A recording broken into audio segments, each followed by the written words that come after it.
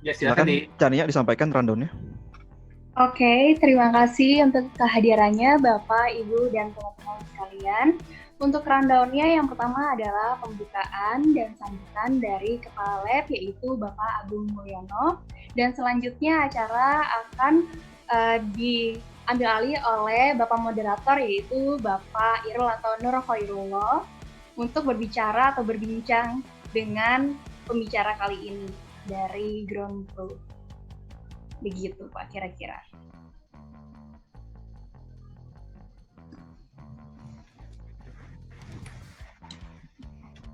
Mungkin silakan mungkin Pak Irul kalau mau dimulai sebetulnya untuk pembukaan dulu, Bu. Boleh, silakan Chania. Kalau sudah jam 1 ya. Ya, Pak.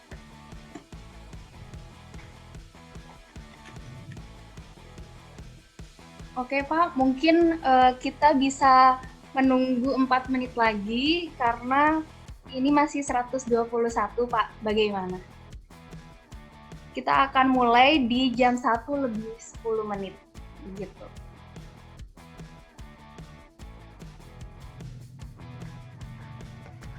Oke, silakan panitia silakan. Siap Pak. Nah, ya nanti mungkin bisa diinikan lagi, ya. Sampaikan lagi ya, silakan. Siap Pak, terima kasih atas sarannya.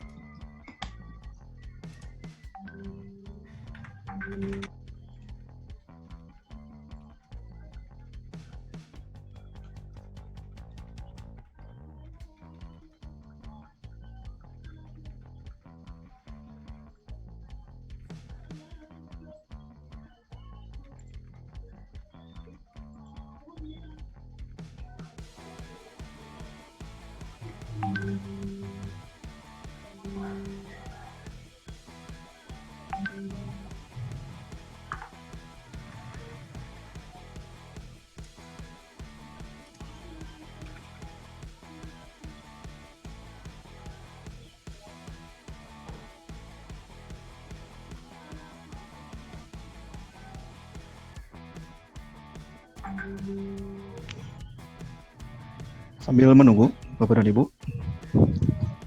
dan kami perkenalkan dulu pembicara pada hari ini, pematerinya.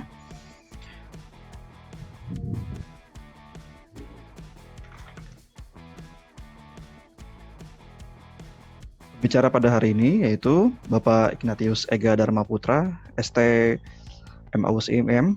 Kalau tidak salah ini lisensi dari Australia ya Pak ya, sebagai Pak Irul belum muncul, Pak Irul, CV-nya muncul, belum. Pak. Ini yang muncul Explorer. Oh gitu Pak, siap. Agak error sedikit.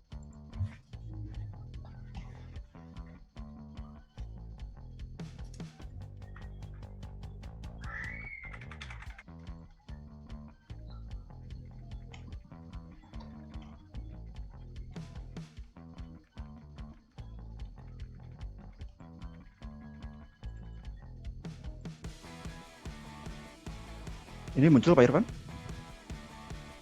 Belum, masih Belum Pak. Explorer, masih Explorer. Oke. Layarnya agak salah itu Pak. Gitu, coba.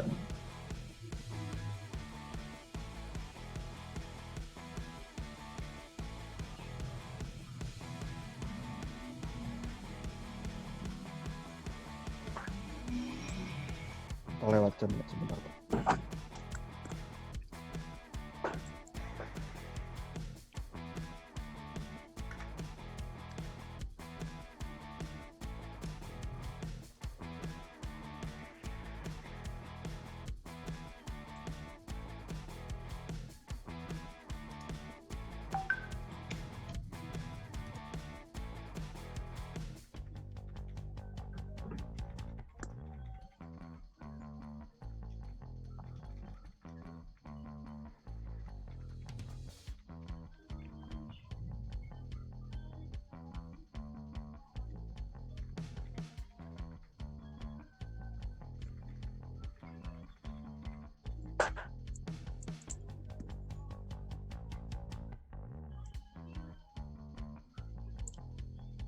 Silakan Kenya dimulai saja.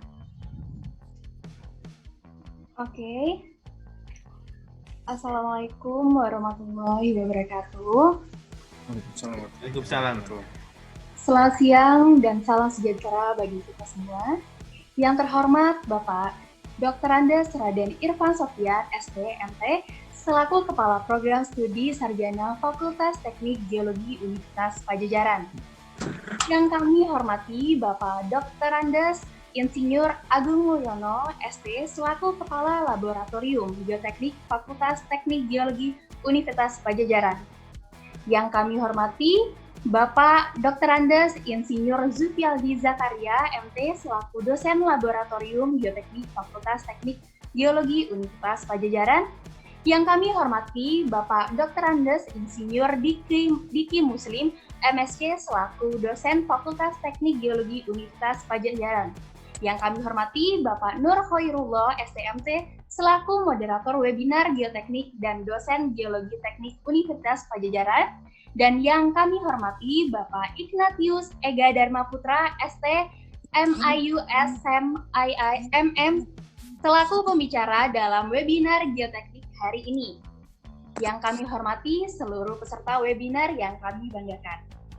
Dengan mengucap syukur kepada Allah Subhanahu wa Ta'ala karena telah melimpahkan berkah dan rahmat-Nya kepada kita semua, sehingga kita dapat berkumpul di webinar yang sangat kita nantikan. Kepada Bapak materi dan peserta webinar yang saya hormati, saya Chania Prinseska sebagai pemandu webinar dan atas nama panitia mengucapkan selamat datang di webinar dengan tema Pemantauan Kestabilan Lereng Tambang menggunakan Slope Stability Radar atau SSR yang diselenggarakan oleh Laboratorium Geoteknik Fakultas Teknik Geologi Universitas Pajajaran. Sekali lagi kami ucapkan terima kasih atas kehadiran peserta webinar sekalian. Hadirin yang berbahagia, sebelum kita memulai webinar ini, marilah kita bersama-sama berdoa sesuai kepercayaan masing-masing. Semoga Allah menjadikan webinar ini menjadi webinar yang bermanfaat untuk kita semua dan dapat berjalan dengan lancar dan kondusif. Berdoa dimulai.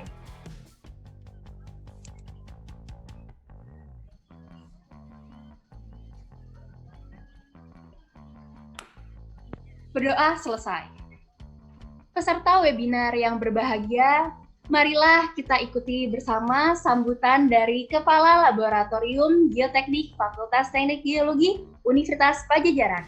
Kepada Bapak Agung Mulyono, kami persilahkan. Baik, terima kasih. Assalamualaikum warahmatullahi wabarakatuh. Waalaikumsalam warahmatullahi wabarakatuh. Kepada yang terhormat, mungkin tidak saya sebutkan satu-satu para peserta webinar ini. Semoga kita semua dalam keadaan sehat walafiat berkaitan dengan adanya wabah COVID-19. Semoga kita semua terhindar dari hal tersebut dan tetap dalam keadaan sehat walafiat. Mungkin belum terlambat saya mengucapkan selamat Idul Fitri. Mohon maaf lahir dan batin. Taqabbalallahu minna wa minkum. Saya sangat senang sekali dengan diadakannya webinar ini, terutama yang berkaitan dengan khusus dengan masalah lab kami, yaitu Lab Geologi Teknik, dan lebih khusus yang berkaitan dengan masalah lerengnya, kestabilan lereng. Analisis kestabilan lereng dari tahun ke tahun terus mengalami kemajuan. Tidak seperti halnya pada zaman saya kuliah dulu, tahun 80-an. Kestabilan lereng hanya membutuhkan beberapa data geoteknik saja. Yang utama adalah tentang kohesi, sudut geser dalam atau P, dan tentang berat isi. Berat isi digunakan untuk menghitung beban bobot lereng secara keseluruhan. Kohesi untuk menghitung gesekannya, dan P untuk menghitung kekuatan lerengnya ya. Lalu yang lainnya adalah kemiringan lereng, cuma itu saja. Agak lebih maju biasanya ditambah dengan pore water pressure ya, pore water tekanan air pori. Hanya itu saja yang dibutuhkan dulu waktu saya kuliah. Wajar saja selama zaman tersebut banyak lereng-lereng yang longsor walaupun sudah dihitung dengan bagus ya, dan faktor keamanannya sudah lebih dari 1, mendekati 2 bahkan lebih, tapi longsor juga gitu. Apalagi fakta-fakta di daerah pertambangan,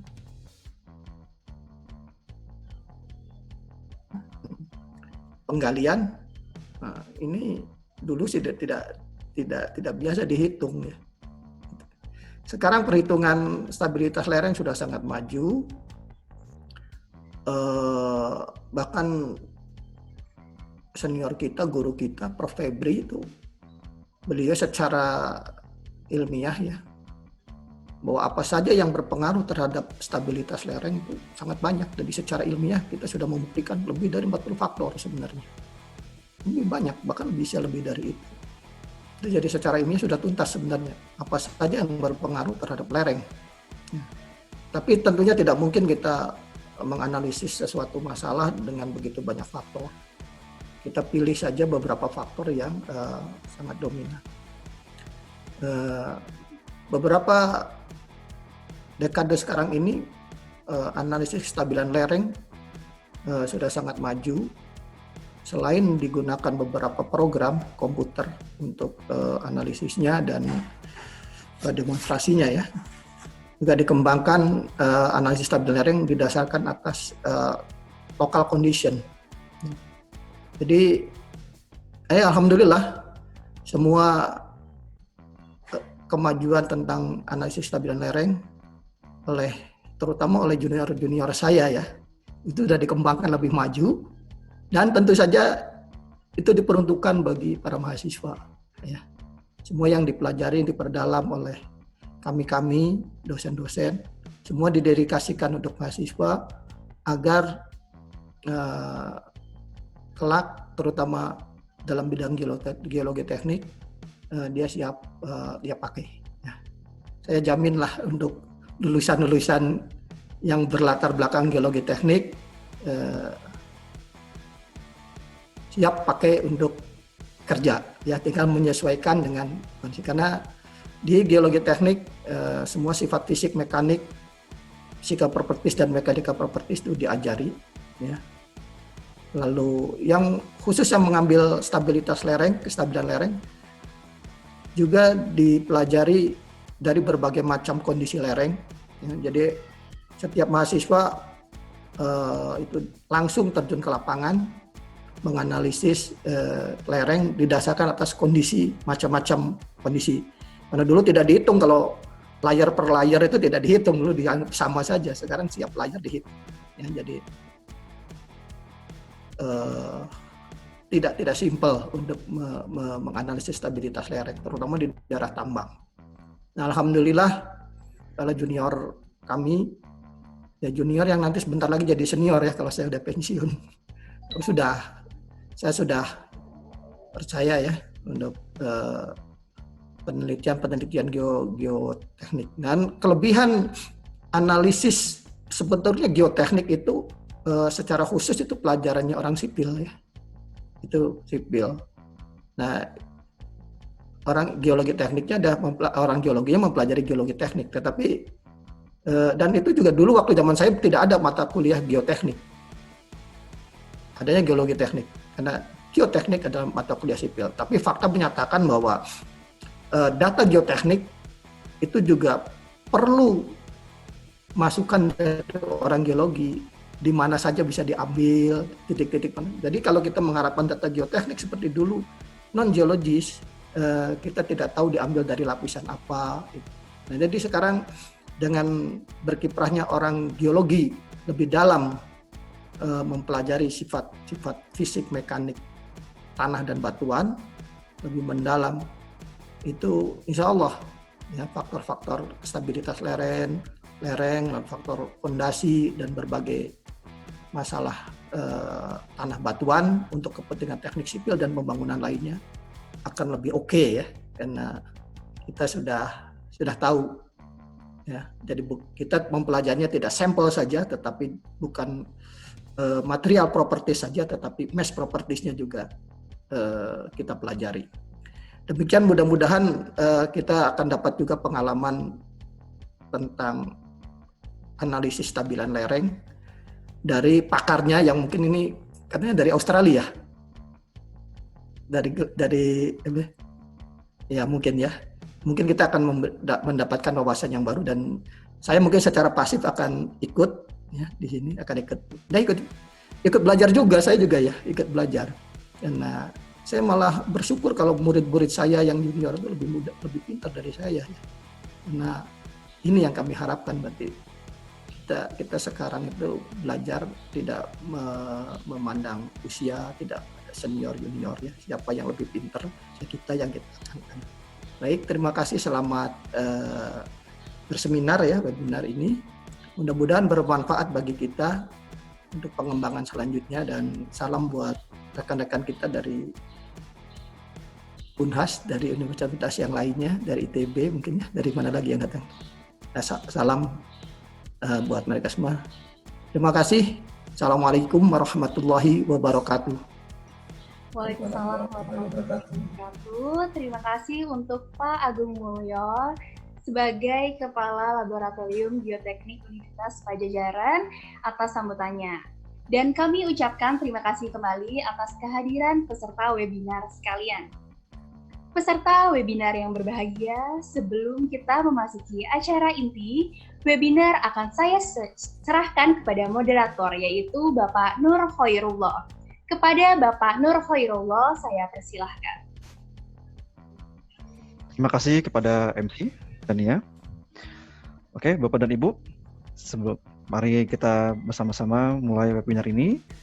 Untuk pertanyaan nanti akan diadakan di akhir ya. Nanti bisa di message ke saya apabila ada Bapak Ibu yang ingin bertanya ya. Oke, silakan MC tolong ditampilkan CV dari pemateri Bapak Ega.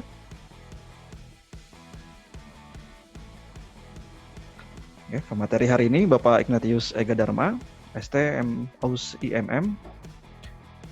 Beliau lulus dari Universitas Padjadjaran ya pada tahun 2010 ya.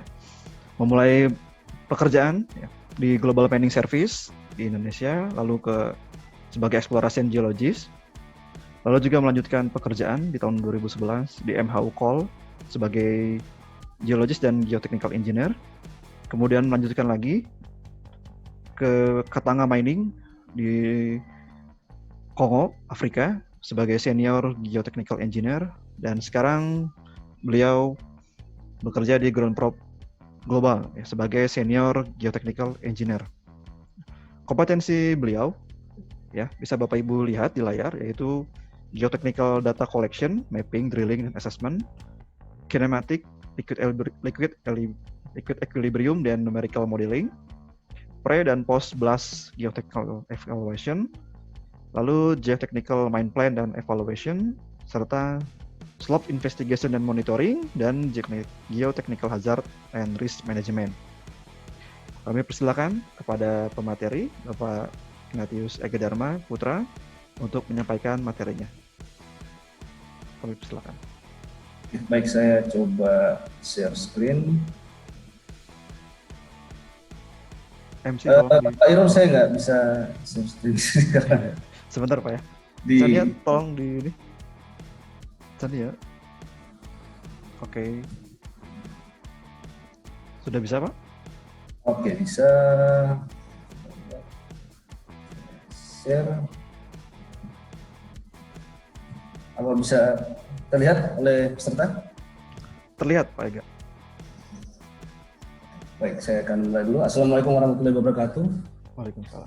Saya ucapkan terima kasih pada tim Laboratorium Geoteknik yang telah memberikan kesempatan kepada saya untuk sharing istilahnya tentang slot monitoring, dan khususnya kepada Pak Agung selaku Ketua Lab Saya juga terima kasih kepada para dosen 4 yang gabung di sini, kemudian dosen-dosen juga dari universitas lain, banyak dari Unhas ya saya lihat, mungkin ini disebarkan sama bos saya yang lulusan Unhas. Kemudian rekan-rekan mahasiswa, terima kasih sudah bergabung di sini, kita bisa sharing-sharing, karena ini awalnya saya siapkan buat mahasiswa saja, ternyata banyak yang tertarik, sudah nggak apa-apa kita sharing buat semuanya.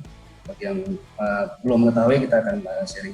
Kemudian para profesional juga saya lihat di sini, senior-senior saya, ahli-ahli geotek seperti Pak Yan di Prokol, dan kemudian ada juga teman-teman dari instansi pemerintahan seperti SDM.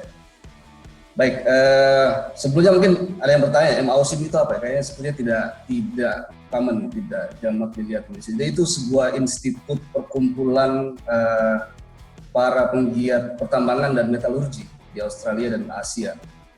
Jadi itu perkumpulan para praktisi di bidang pertambangan dan metalurgi.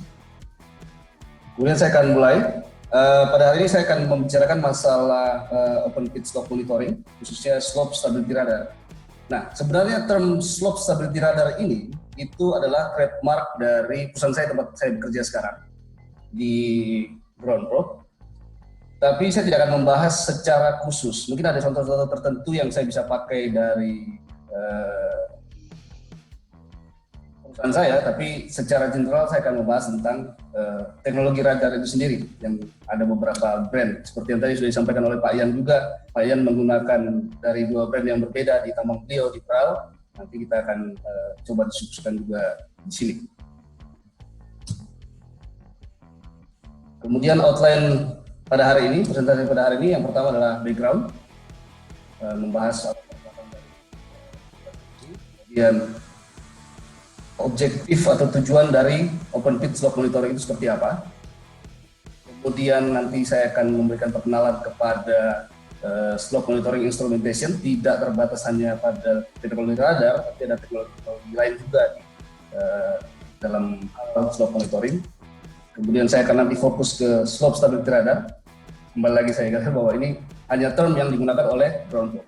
Untuk brand lain mereka menggunakan seperti slope monitoring radar atau mining stability radar. Jadi itu masalah term saja.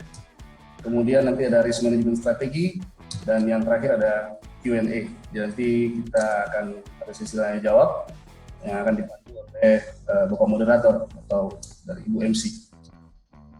Oke, saya memulai dengan background.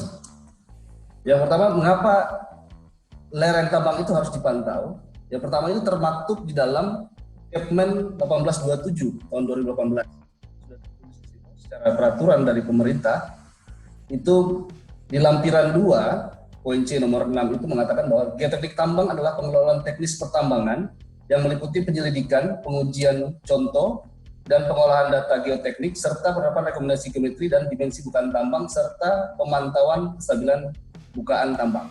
Jadi pada hari ini kita akan fokus untuk pemantauan kestabilan bukaan tambang, karena geoteknik tambang itu sangat luas. Mungkin nanti kita bisa arrange untuk sesi-sesi berikutnya, atau mungkin dari narasumber-narasumber yang lain yang akan membicarakan masalah geoteknik tambang secara keseluruhan. Nanti, kebetulan untuk kesempatan kali ini kita akan fokus untuk pemantauan kestabilan bukaan tambang, lebih khusus lagi dengan menggunakan slope stability radar. Kemudian ada juga lampiran 2, pedoman pengelolaan teknis pertambangan juga, poin D nomor 5C, bahwa kepala teknik tambang atau penanggung jawab teknik dan lingkungan menetapkan tata cara baku kegiatan pengelolaan teknis pertambangan paling kurang terdiri atas pemantauan, pemeriksaan, dan pemeliharaan kestabilan lereng. Dan akhir penambangan yang paling kurang meliputi geometri dan dimensi lereng tetap terjaga. Pergerakan lereng, metode pemantauan, alat pantau dan penempatannya, tingkat kejenuhan air dan atau ground vibration akibat kegiatan peledakan, evaluasi hasil pemantauan dan pemeriksaan, serta tindak lanjut hasil evaluasi. Jadi sebagai perusahaan tambang yang melakukan penambangan yang baik atau good mining practice, pemantauan itu wajib dilakukan disandingkan dengan yang lain tadi yang saya sebutkan di atas. Kemudian ini sebagai pegangan pada para praktisi geotechnical engineer yang bekerja di open pit. Ada yang bertanya, setelah saya lulus, apabila saya menjadi geotechnical engineer, apa yang saya lakukan? Nah, ini luas sekali sebenarnya. Pada saat kita melakukan slope design proses, itu mulai dari awal sekali kita mengumpulkan data geologi, kemudian membuat geotechnical model, geotechnical domains, melakukan desain sektor, kemudian bench configuration, dan sebagainya. Dan pada akhirnya kita akan masuk di tahap implementation atau monitoring. Jadi yang saya bahas pada saat ini, pada hari ini, itu merupakan satu bagian kecil dari keseluruhan slope design proses yang kita lakukan di tambang terbuka. Mungkin nanti Pak Yan bisa menambahkan juga. Ini yang kita bahas, saya akan fokus di monitoring. Itu pun lebih fokus lagi ke slope stability radar saja. Jadi betul-betul sangat fokus. Ini butuh ibaratnya webinar yang berjilid-jilid dan narasumber yang lebih banyak ya untuk membahas ini satu persatu. Kalau kita mau lihat detail, mungkin nanti dari pihak Lab Geotech bisa bekerjasama dengan praktisi-praktisi yang lain, kita bikin silabus untuk bagaimana sih dari awal, hulu hingga hilir slope design proses tersebut. Kemudian apa tujuan dari pemantauan slope atau lereng tambang itu sendiri? Ini contoh ilustrasi. Jadi dipantau lerengnya oleh radar, contoh salah satu radar yang bukan dari perusahaan saya. Kemudian yang pertama jelas safety, karena di mana-mana perusahaan tambang selalu safety first, bukan production first, tapi safety first. Jadi keselamatan itu tidak bisa ditawar-tawar dan itu sudah diatur juga dalam Capman. Kemudian apa saja open pit geotechnical hazard? Yang jelas longsoran, failure atau kita lihat di sini contoh-contoh terjadi longsoran di berbagai belahan dunia. Itu mulai dari interim slope failure sampai ada yang overall slope failure juga di sini. Nah ini hazard ya. Kemudian dari hazard itu akan menuju ke resiko. Jadi kalau misalnya hazard kita sudah kontrol semaksimal mungkin, nah selanjutnya yang kita kontrol adalah resikonya. Jadi hazard itu adalah bahayanya, potensinya, kemudian resiko itu akibat dari bahaya tadi. Mungkin bagi teman-teman mahasiswa ini bisa sebagai tambahan juga antara bahaya dan resiko. Buat teman-teman praktisi, apalagi dari instansi baru sudah paham, yang dulu POP, POM, Capman 555 yang sekarang sudah tidak ada lagi, kita sudah hatam masalah bahaya dan resiko. Nah, kemudian apabila kita mempunyai informasi, kita dapat mengurangi risk. Kita lihat di sini bahwa longsornya tetap terjadi.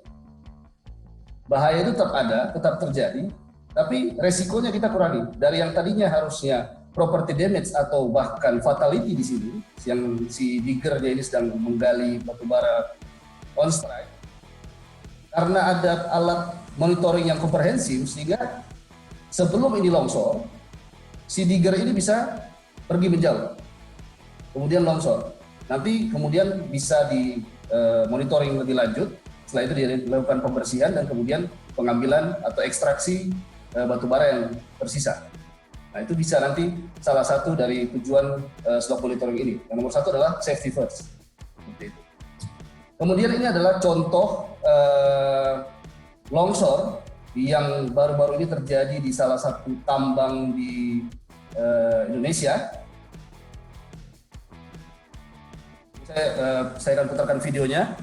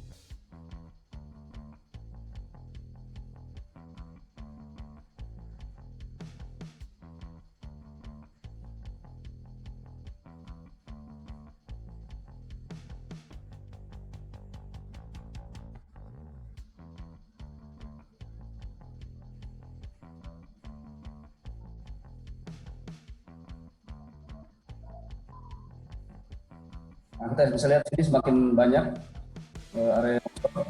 Dari awalnya cuma sedikit.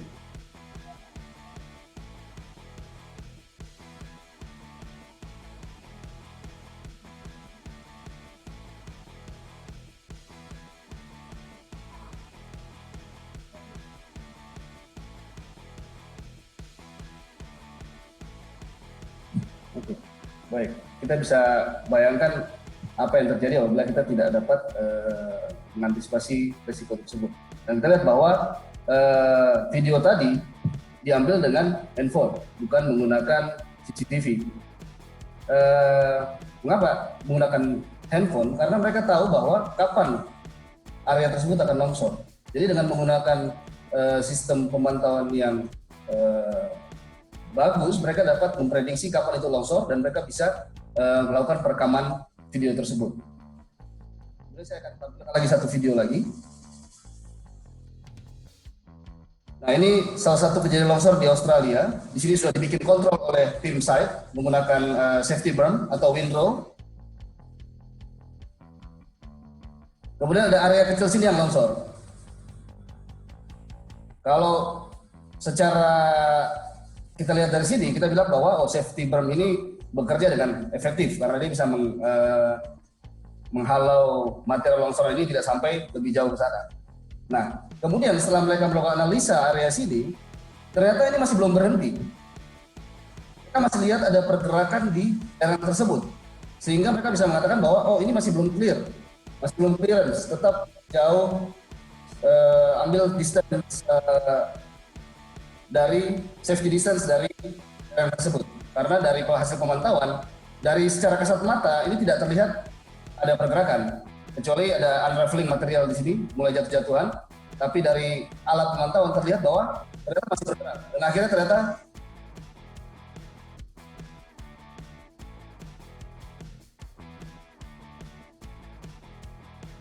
terjadi longsoran yang lebih besar. Dan safety berm atau window tadi itu tidak mampu mengatasi material debris longsoran tersebut, sehingga dia lebih sebenarnya kita tidak tahu ada material yang bergerak. Kemudian kita ke sana melakukan inspeksi, itu akibatnya bisa berbeda. Oke, dan saya lanjutkan lagi. Selanjutnya, kenapa slope harus dimonitoring?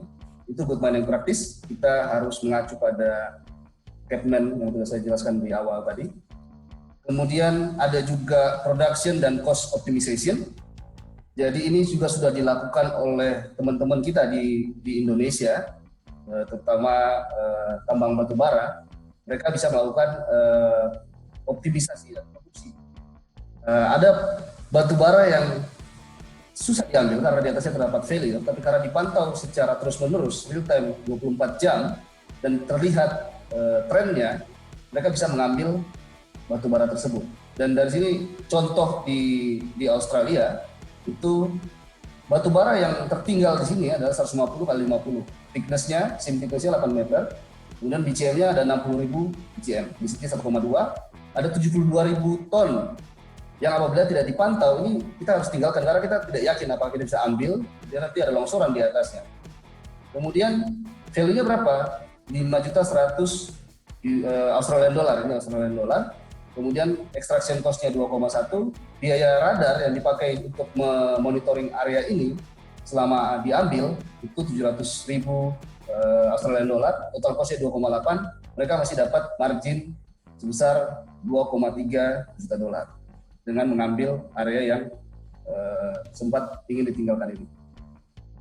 Kemudian yang terakhir adalah profit optimization dengan membuat overall slope itu menjadi atau interim slope itu menjadi sedikit lebih curam. Itu bisa membuat profit yang sangat besar. 1 derajat saja sudah bisa menghasilkan profit sangat besar. Karena di tambang, tujuan kita menambang itu kita menambang sebanyak mungkin, kita mengekstrak mineral atau batu baranya dengan sesedikit mungkin waste material atau material penutup dan seaman mungkin. Nah itu trikinya untuk mengkombinasikan hal-hal tersebut itu. Kemudian saya akan lanjut ke slope monitoring instrumentation secara keseluruhan. Nanti baru kita akan masuk ke slope stability radar secara khusus. Jadi instrumentation untuk monitoring itu tidak hanya slope stability radar.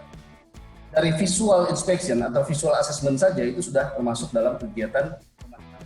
Nah, ini panah ini dari bawah ke atas, ini menunjukkan tools untuk mengukur deformation, value dari informasi yang didapat versus cost. Jadi semakin tinggi, cost-nya juga semakin tinggi, tapi value of information-nya juga semakin tinggi. Jadi perbanding lurus. Dan yang paling bawah adalah visual inspection atau visual assessment, kemudian menggunakan crack meters atau biasa orang sebut juga crack pins. Jadi di antara crack atau rekahan itu mereka pasang 2 pin, kemudian diukur setiap harinya.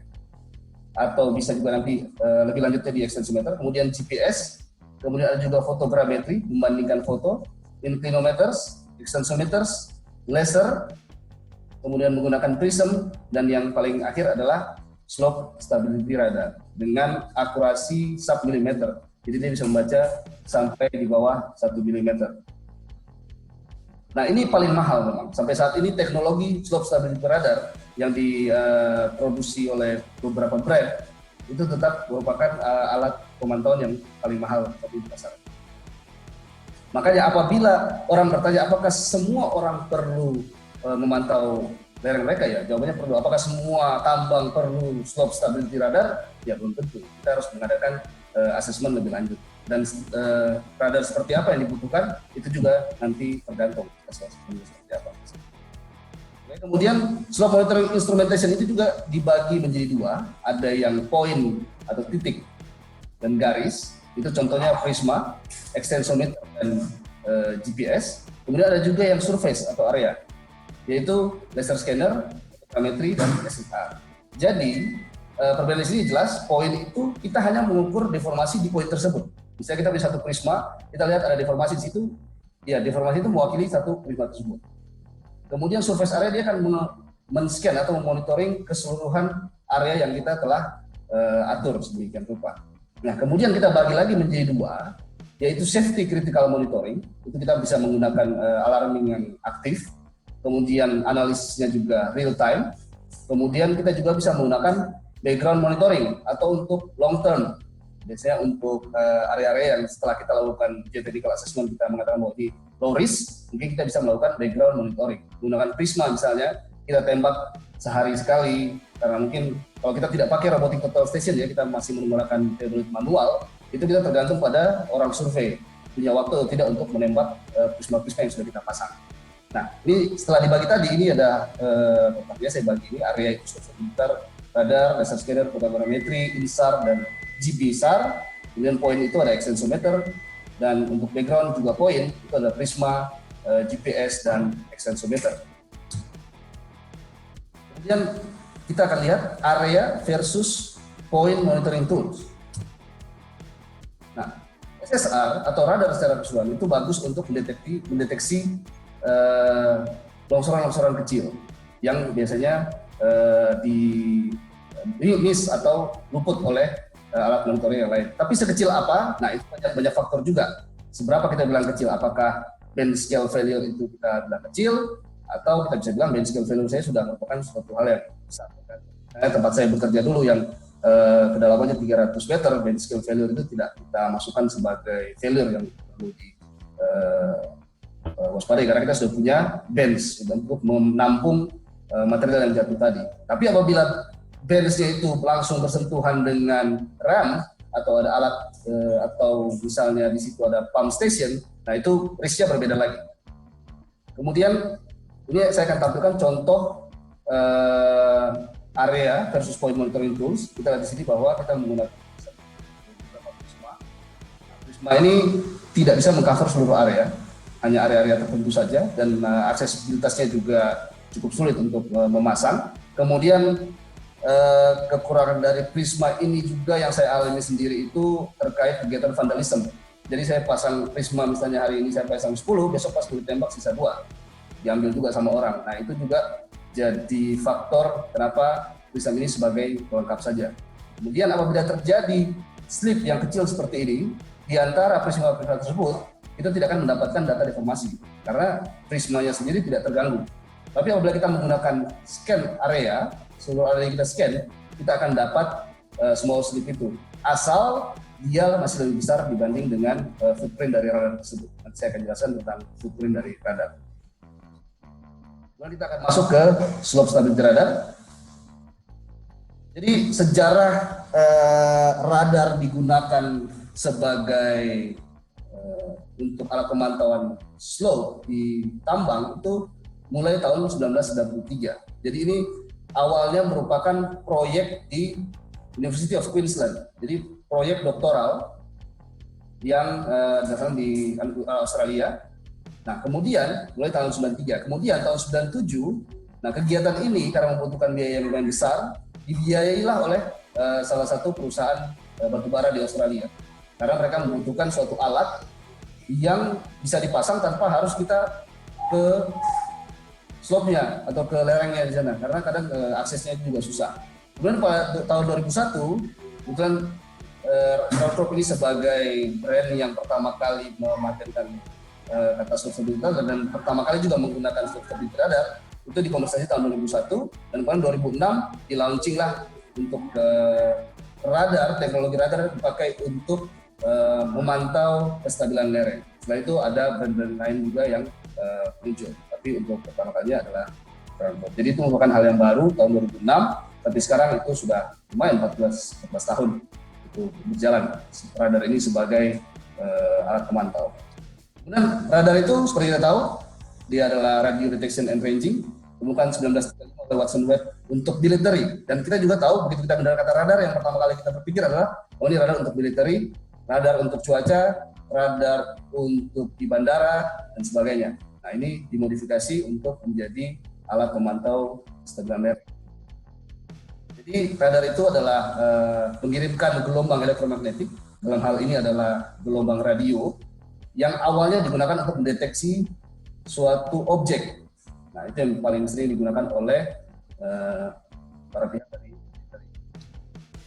Nah yang digunakan oleh tim dari militer dan yang lain, mereka menentukan jarak objek itu dengan mengkalkulasikan time travel dari si sinyal itu dikirimkan, kemudian balik lagi, lihat berapa waktu tempuhnya. Karena kecepatan gelombang radio itu sama seperti kecepatan cahaya, dan tinggal dihitung aja berapa pergi, berapa kembali, dia akan mendapatkan lokasinya. Kemudian radar itu sendiri untuk aplikasi di tambang itu dibagi menjadi dua sebenarnya. Yang pertama adalah real aperture radar, kemudian yang kedua adalah synthetic aperture radar. Apa yang membedakan real aperture radar dan synthetic aperture radar? Kalau dari foto seperti ini, paling jelas terlihat adalah si real aperture radar yang berada di sebelah kiri ini, itu memiliki antena yang besar. Satu berupa parabolik seperti ini kita namakan 3D real aperture radar. Saya mengambil contoh dari Realtek Mining, yang di Indonesia digunakan di Aman Mineral, tempat Pak Ian bekerja itu. Kemudian ada juga 2D real aperture radar, ini berbentuk seperti tipis seperti ini. Biasa kita lihat di kapal menggunakan bentuk disk seperti ini. Kemudian kita dibandingkan dengan synthetic aperture radar. Synthetic aperture radar ini contoh dari IDS, Hoover. Ini antenanya cuma kecil, ini kita panggilnya, kita sebutnya ini horn. Jadi dia tidak mempunyai antena yang sungguh-sungguh. Kemudian ini dari Groundcorp juga punya synthetic aperture radar juga seperti ini. Nah bedanya apa? Dia menggunakan aperture yang real, jadi betul-betul mempunyai antena untuk merefleksikan sinyal dan kemudian menembakkannya. Sedangkan sintetik ini, sinyal radar itu dibuat artifisial, menyerupai seolah RAR, tapi tidak menggunakan real aperture. Nah kegunaannya apa? Ini biasa untuk menjangkau area-area yang sangat jauh, karena ada keterbatasan radar real aperture radar ini dalam menjangkau mining atau area tambang, karena berhubungan dengan bentuk atau ukuran dari si disk tersebut. Kalau kita menginginkan paling lebih jauh lagi, kita harus membuat disknya ini semakin besar. Nah itu yang karena untuk mungkin ada area yang sangat jauh dan sangat susah untuk membuat disk yang sangat-sangat besar, jadi ditemukanlah synthetic aperture radar. Awalnya synthetic aperture radar ini digunakan oleh satelit INSAR, jadi untuk memetakan area, dan sekarang juga digunakan untuk mengukur deformasi secara vertikal, itu masih digunakan oleh satelit. Sejauh itu pun dia bisa mendeteksi ada deformasi. Nah, Bagaimana radar itu membuat wave beam atau gelombangnya? Jadi sinyal itu dipantulkan, dipusatkan oleh disk ini, kemudian ditembakkan ke slot. Dia akan melakukan scan seperti ini berulang-ulang setiap hari, 24 jam non-stop. Dan kita akan menggunakan datanya itu untuk dianalisa. Jadi ini contoh dari 3 dimensi real aperture radar. Kemudian yang kedua adalah 2 dimensi real aperture radar. Jadi ini agak berbeda. Kalau tadi kita lihat dia fokus seperti laser atau center lah ibaratnya. Nah yang satu ini, yang 2D RAR ini, dia seperti kipas. Jadi dia menyapu satu area ini, satu tambang ini dalam sekali sapuan. Kalau untuk yang 3D ini dia bolak-balik untuk menyelesaikan satu ide, dia harus elektron. Sedangkan kalau yang RAR itu dia sekali sapu, dia sudah dapat data informasi. Kemudian ini yang SAR atau synthetic aperture radar. Nah, kita lihat di sini bentuk dari sinyalnya itu seperti balon. Jadi dia besar dan sekaligus menyapu seluruh area. Jadi ini untuk broad area monitoring, kemudian untuk area-area yang jauh, ini SAR ini sangat bagus. Nah ini perbedaan antara footprint di lereng, jadi ini barnya lereng. Kemudian untuk 3D RAR itu dia bulat seperti ini. Kemudian yang 2D RAR dia akan pipih seperti ini, seperti kipas, kemudian dia menyapu. Kemudian SAR dia akan membentuk gelombang yang besar seperti ini. Kemudian kita akan masuk ke radar fisik atau fisika dan radar sedikit. Bagaimana sih radar itu yang tadinya hanya mendeteksi objek, sekarang bisa mendeteksi deformasi di lereng tambang yang sampai bisa 1 mm, yang jelas tidak kasat mata. Yang pertama, radar mengirimkan sinyal, kemudian menerima sinyal itu balik.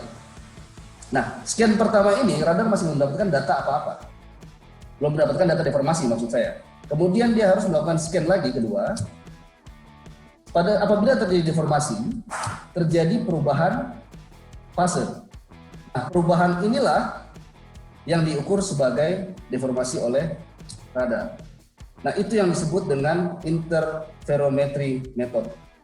Nah, metode inilah yang digunakan oleh semua produsen radar. Semuanya sama. Makanya saya menjelaskan secara general ini dipakai oleh semua produsen radar. Interferometry untuk mengukur deformasi.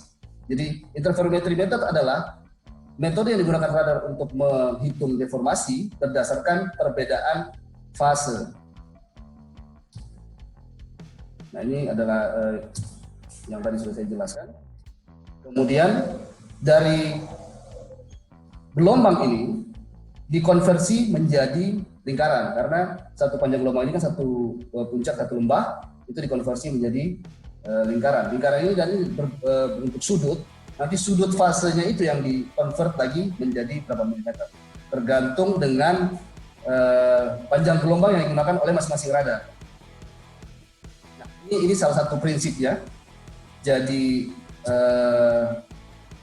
scan pertama dia mengirimkan sinyal, kemudian sinyal itu balik, didapatkan angka 0, kemudian sinyal kedua dan ternyata ada deformasi di situ.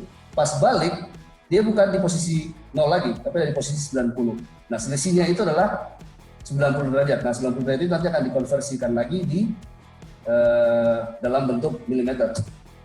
Nah, ini seperti analogi mobil yang bergerak dari titik A ke titik B. Dia bergerak 100 meter, jarak A dan B 100 meter, dia bergerak 90 meter, kemudian dia bergerak balik lagi 90 meter. Jadi dia 2 kali bolak-balik. Sedangkan kalau kita selisihkan antara 100 dibagi 100 dikurangi 180, dia 20 meter. Padahal dia cuma perpindahannya dari B ke B aksen ini 10 meter. Seperti itu. Kemudian di radar itu sendiri, dia mempunyai alat namanya phaser yang mengubah atau mengkonversi si gelombang tadi itu menjadi seperti lingkaran. Karena si gelombang itu kan berulang terus, siklik. Nah, jadi dikonversikanlah menjadi lingkaran. Nah, sebagai contoh di sini, karena Groundhog sebagai tempat saya bekerja dan saya tahu frekuensi yang digunakan adalah 9.55 GHz untuk sinyalnya, sehingga panjang gelombang yang dihasilkan adalah 31,4 mm atau dapat disederhanakan menjadi 32 mm saja untuk memudahkan perhitungan. Jadi satu panjang gelombang ini adalah 32 mm. Nah, kemudian dari mana kita dapat 32 mm? Ya, gelombang kecepatan rambat cahaya dibagi dengan frekuensinya. Dia dapatkanlah 32 mm. Nah, karena panjang gelombangnya 32 mm, sedangkan dari satu puncak dan satu lembah dikonversikan menjadi lingkaran, sehingga 32 mm itu dibagi 360 derajat. Jadi mewakili. Nah, kemudian karena tadi seperti saya sampaikan sebelumnya bahwa sinyal itu bolak-balik dan yang dipakai untuk pengukuran oleh slope stability radar ataupun semua radar yang lain itu hanya sinyal baliknya dibandingkan antara sinyal balik pertama dan sinyal balik kedua, sehingga itu harus dibagi lagi. Jadi 360 derajat itu mewakili 16 mm. Jadi 360 derajat terdapat 16 mm.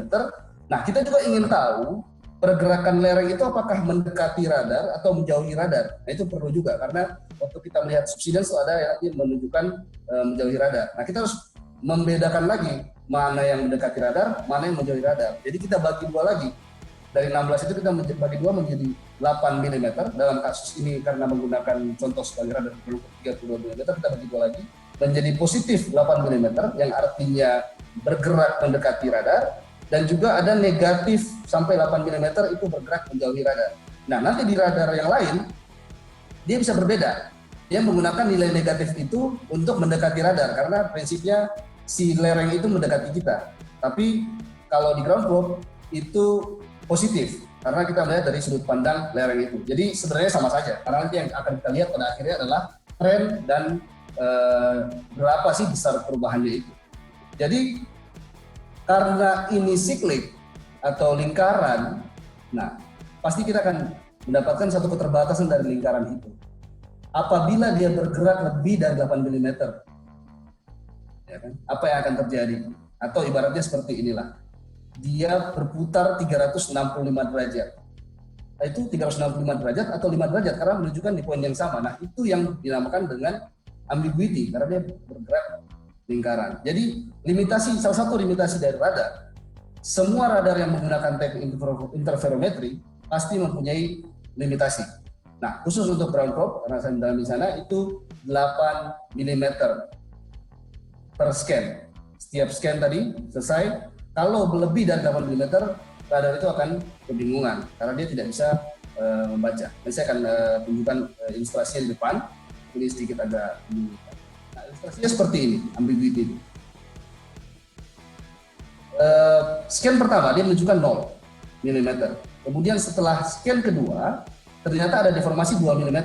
Nah, selisihnya adalah 2. Jadi ditunjukkan di situ 2 mm.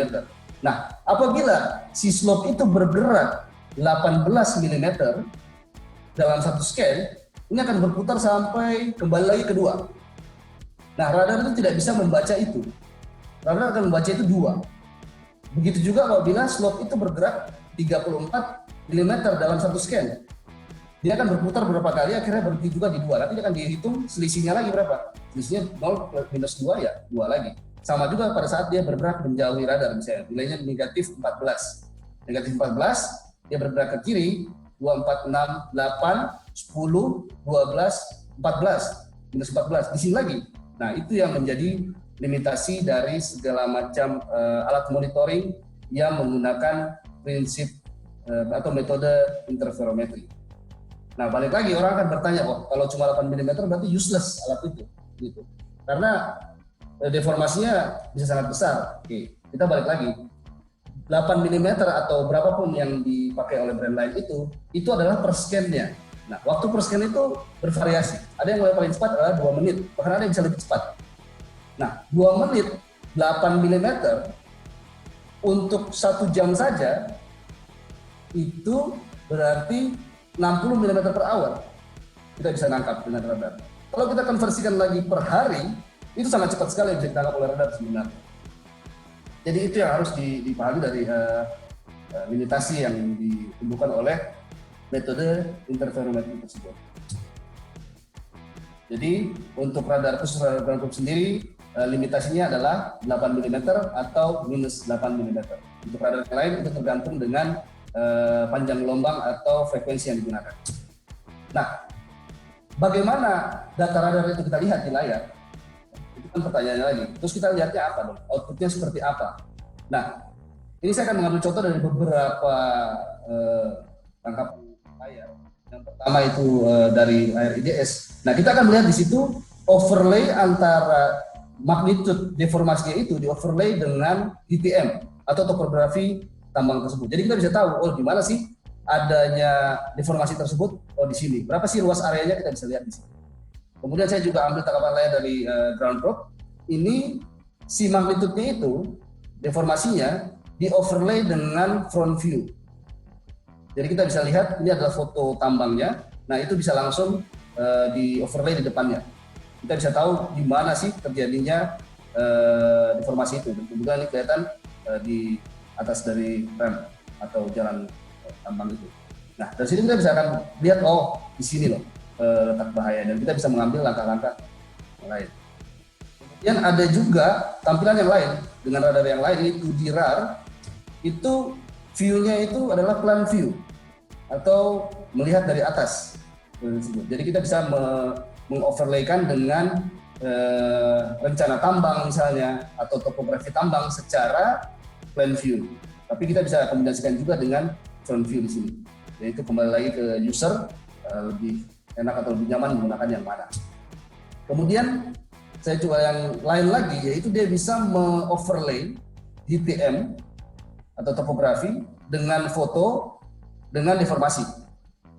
Nah itu kita bisa lihat juga, ini contohnya yang saya ambil tangkapan layarnya dari radar ground probe. Jadi kita bisa lihat di mana lokasi deformasinya. Misalnya saya tandain dengan warna hijau ini di sini. Kemudian yang mana yang saya harus gunakan? Biasanya ini pertanyaan oleh para praktisi, kemudian para profesional juga. Pada intinya semua radar itu dapat digunakan untuk targeted dan broad area monitoring. Targeted itu maksudnya kita hanya fokus di area-area kritikal, sedangkan broad area monitoring itu kita dapat memonitor seluruh area sehingga kita bisa mendeteksi bahaya-bahaya baru itu ada di mana. Tapi setiap jenis dari RAR dan SAR ini mempunyai kekuatan. Contohnya untuk targeted monitoring solution atau untuk yang kritikal, untuk memonitoring area-area yang sangat kritikal. Kritikal itu maksudnya di situ konsekuensinya tinggi dan likelihood-nya tinggi, karena resiko itu adalah kombinasi antara consequence dan likelihood. Nah, di situ 3D RAR itu contohnya dari ground probe dan juga dari RIOTech itu bisa memberikan data secara confidence karena setiap sinyalnya itu independen satu dengan yang lainnya, tidak terganggu oleh yang lainnya.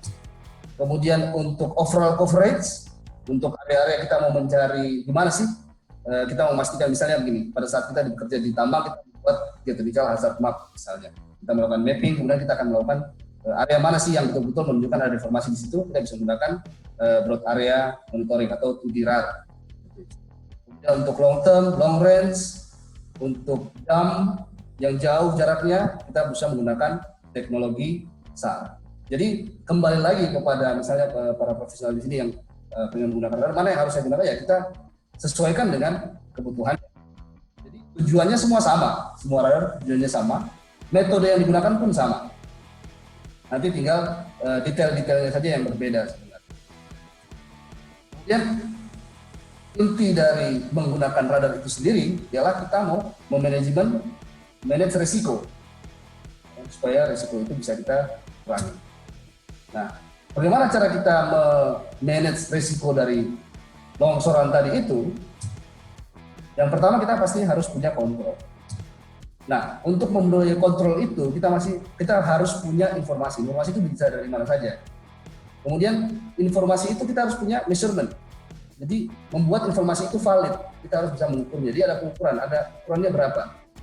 Kemudian untuk mendapat measurement kita harus mengkoleksi data atau mengambil data, atau data collection atau data acquisition dengan bermacam-macam cara. Misalnya kita menggunakan radar, kita menggunakan contohnya crack meter, kita kan harus menggather data itu. Nah, dan pada saat kita managing risk, atau kita saat menggunakan radar atau alat monitoring yang lain, akan muncul pertanyaan yang ditanyakan ke kita, misalnya sebagai geotechnical engineer atau mungkin radar operator. Yang pertama, di mana? Itu paling penting. Ini tambang seluas ini di mana sih terjadi deformasi? Kemudian yang kedua, betul nggak itu deformasinya? Atau itu terpengaruh dari machinery atau mining activity misalnya.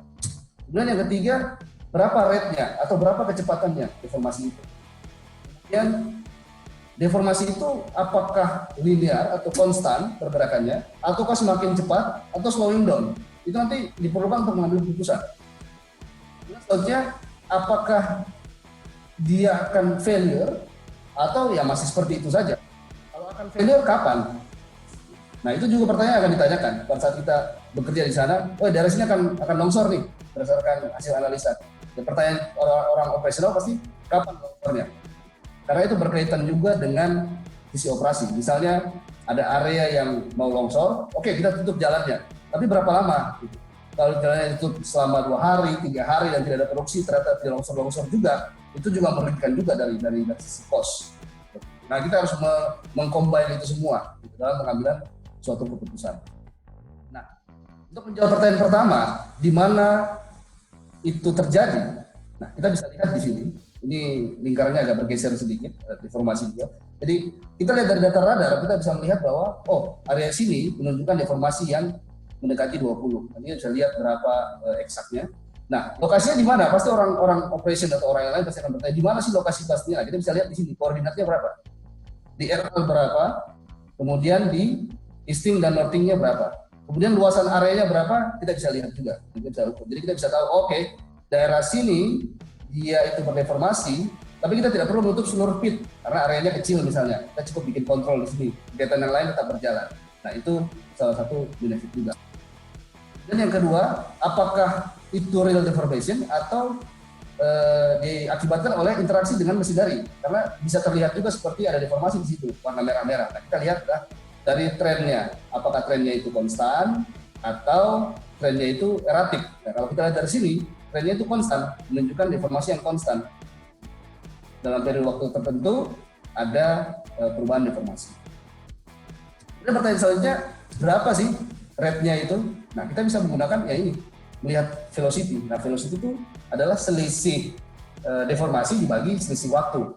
Kebetulan dia 5 hari, data 5 hari, kita bandingkan dengan selisih deformasinya.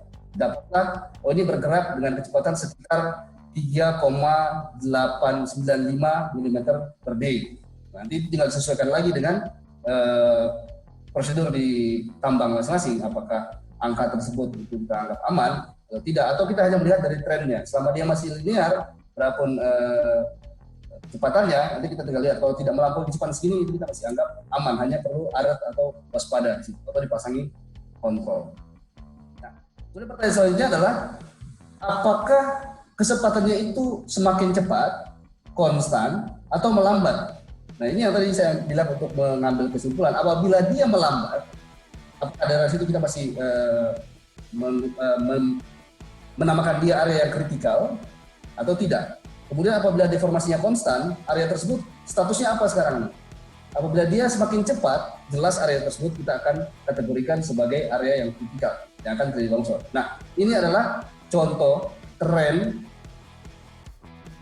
untuk menjadi longsor. Jadi mulai dari linear, kemudian regresif, linear lagi, kemudian progresif, dan akhirnya longsor pada suatu waktu. Nah, digunakanlah namanya velocity calculation period untuk mengukur kecepatan deformasi tersebut. Kalau tadi sebelumnya itu hanya spot velocity, kita titik awal dan titik akhir berapa kecepatannya. Kalau ini kita akan membandingkan, misalnya kalau kita menggunakan velocity 1 jam, deformasi di sini kita akan bandingkan dengan deformasi 1 jam sebelumnya. Kemudian deformasi di scan sebelumnya kita akan bandingkan dengan deformasi di 1 jam sebelumnya. Jadi kita akan mendapatkan suatu tren kecepatan. Nah, ini contoh grafiknya seperti apa. Yang merah ini merupakan deformasi yang kita sudah lihat tadi. Kemudian yang ungu ini adalah velocity-nya. Jadi kita bisa lihat nih, ini dia konstan. Kemudian naik sedikit tapi masih ada konstan. Naik sedikit masih ada konstan. Jadi masih belum menunjukkan tren kenaikan deformasi yang signifikan. meskipun ada sedikit. Nanti tinggal disesuaikan dengan taraf atau prosedur yang berlaku di setiap tambak. Apa aksi yang harus diambil. Kemudian kita lihat di sini ada 3 jenis tren yang biasa kita lihat pada saat kita melakukan pemantauan. Yang pertama itulah regressive trend, yang artinya dia melambat dari ada displacement kemudian melambat seiring dengan waktu menjadi flat, itu berarti tidak ada deformasi. Kemudian ada juga linear yang dia berdeformasi tapi konstan, secara konstan. Dan kemudian yang 3 itu yang berbahaya, itulah progressive trend. Dia akan naik terus, kemudian dia secara eksponensial kecepatannya meningkat dan akhirnya pada suatu waktu dia akan longsor. Nah, pertanyaan lagi, apakah setiap progressive trend itu harus longsor kah? Tidak juga. Bisa iya, bisa tidak, karena banyak faktor yang bermain di situ. Faktor internal dan faktor eksternal dari rock mass-nya sendiri. Nah, kemudian pertanyaan selanjutnya adalah kapan dia akan longsor? Nah, ini contoh case study di video yang saya sharing pertama tadi, yang bukan di Indonesia. Jadi tim geotechnical site itu melakukan prediksi di jam 16.24 sore. Nah, mereka mendapatkan bahwa longsoran itu akan terjadi jam 17.52. Mereka menggunakan metode inverse velocity yang didevelop oleh Fukushima tahun 1985. Nah, kemudian setelah itu longsor, mereka lihat ternyata failure time-nya itu jam 17.39. Jadi akurasinya antara prediksi dan longsoran itu sekitar 13 menit. Dan itu kita lihat sudah sangat mendekati gitu ya. Forecasting dilakukan jam 4:30, longsornya terjadi jam 5:30. Nah, kemudian case study yang dari tadi yang saya sudah share tadi juga, longsor yang berkaitan dengan slide saya sebelumnya. Jadi ada timestamp-nya. Timestamp-nya pada pada jam 8 pagi, tanggal 17 Februari tadi, progressive formation itu sudah terlihat. Jadi di radar mereka sudah melihat bahwa ada progressive formation. Dia meningkat kecepatannya. Kemudian terjadi failure yang kecil di area tersebut. Kemudian dilakukanlah visual inspection. Jadi tetap radar itu meskipun posisinya paling tinggi, tetap dia bukan dewa yang tidak perlu menggunakan yang lain-lain lagi. Atau istilahnya one for all. Tidak seperti itu. Kita tetap harus menggunakan instrumentasi yang lain. Apalagi visual inspection, karena kita harus melakukan inspeksi yang menyeluruh. Kemudian jam 10 karena dilihat tension crack atau rekahnya itu semakin besar dan di radar juga menunjukkan progresi dan semakin meningkat. Jam 10 pagi itu mining operation yang pas di bawah area tersebut dihentikan, semua dievakuasi karena posisinya si lereng ini berada tepat di depan main ramp atau jalan utama. Jadi apabila kita di dalam kemudian itu longsor, ya kita nggak bisa keluar lagi. Ataupun pas kita lagi melintas longsor, ya itu bisa menyebabkan malapetaka. Jadi mining operation di stop, semua alat dievakuasi. Jam 16.24 dilakukan forecasting oleh tim geotech site dan akhirnya hasilnya jam 17.52 akan longsor. Kemudian mereka semua pergi ke lereng di depannya, tempat radar itu ditempatkan. Mereka rame-rame di sana, semua bawa handphone, mereka mulai merekam. Dan akhirnya di jam 17.39 longsoran besar tadi itu terjadi. Jadi berapa volume longsor kemarin itu? Sekitar 63.612 meter kubik. Tonnage-nya kurang lebih 155.850 ton. Ibaratnya dump truck yang 794 itu kapasitas 300 ton, ya berapa kali lipatnya. Jadi ada 7 jam dan 46 menit critical time ketika mining operation itu stop sampai akhirnya itu longsor. Karena pada saat kita melakukan penyotopan mining operation itu tidak segampang kita menyetop lalu lintas di jalan misalnya. Itu kita harus melakukan relokasi digger yang jalannya lambat, kemudian truk, kemudian alat-alat lainnya yang berada di tambang, itu perlu waktu. Sampai akhirnya betul-betul area itu clear. Dan akhirnya longsor terjadi, tak bisa dikontrol dan tidak terdapat kerugian baik dari property damage ataupun fatality. Nah, ini adalah gambar tadi ada videonya. Ini adalah gambar yang diambil tepat sebelum longsor dan setelah longsornya. Kita lihat di sini ada main run. Jadi ini kalau misalnya teman-teman yang di batubara pasti tahu ada low wall dan high wall. Tapi kalau untuk biji itu semuanya high wall, jadi sama tinggi antara lereng di depan dan lereng di belakang biasanya. Nah, itu aksesnya cuma satu di sini. Ini main. Mereka menambangnya di sebelah kiri layar ini. Nah, apabila ini tertutup, nah itu aksesnya harus digali lagi, dan digali lagi melakukan undercutting di area longsoran itu juga bukan pekerjaan yang sangat aman. Itu kita harus menerapkan kontrol-kontrol yang sangat ketat. Dan apabila ada yang melintas kemudian longsor, ya itu bisa lebih fatal lagi. Seperti itu. Nah, di setiap tambang itu pasti mempunyai yang namanya trigger action response plan. Jadi apa action yang harus diambil apabila suatu kejadian itu tertrigger? Misalnya nomor satu adalah normal condition. Kita memberikan informasi bahwa tambang dalam kondisi hijau, artinya kita bebas kemana saja, karena tidak ditemukan bahaya yang mengancam. Kemudian kita bisa menggunakan broad area strategi.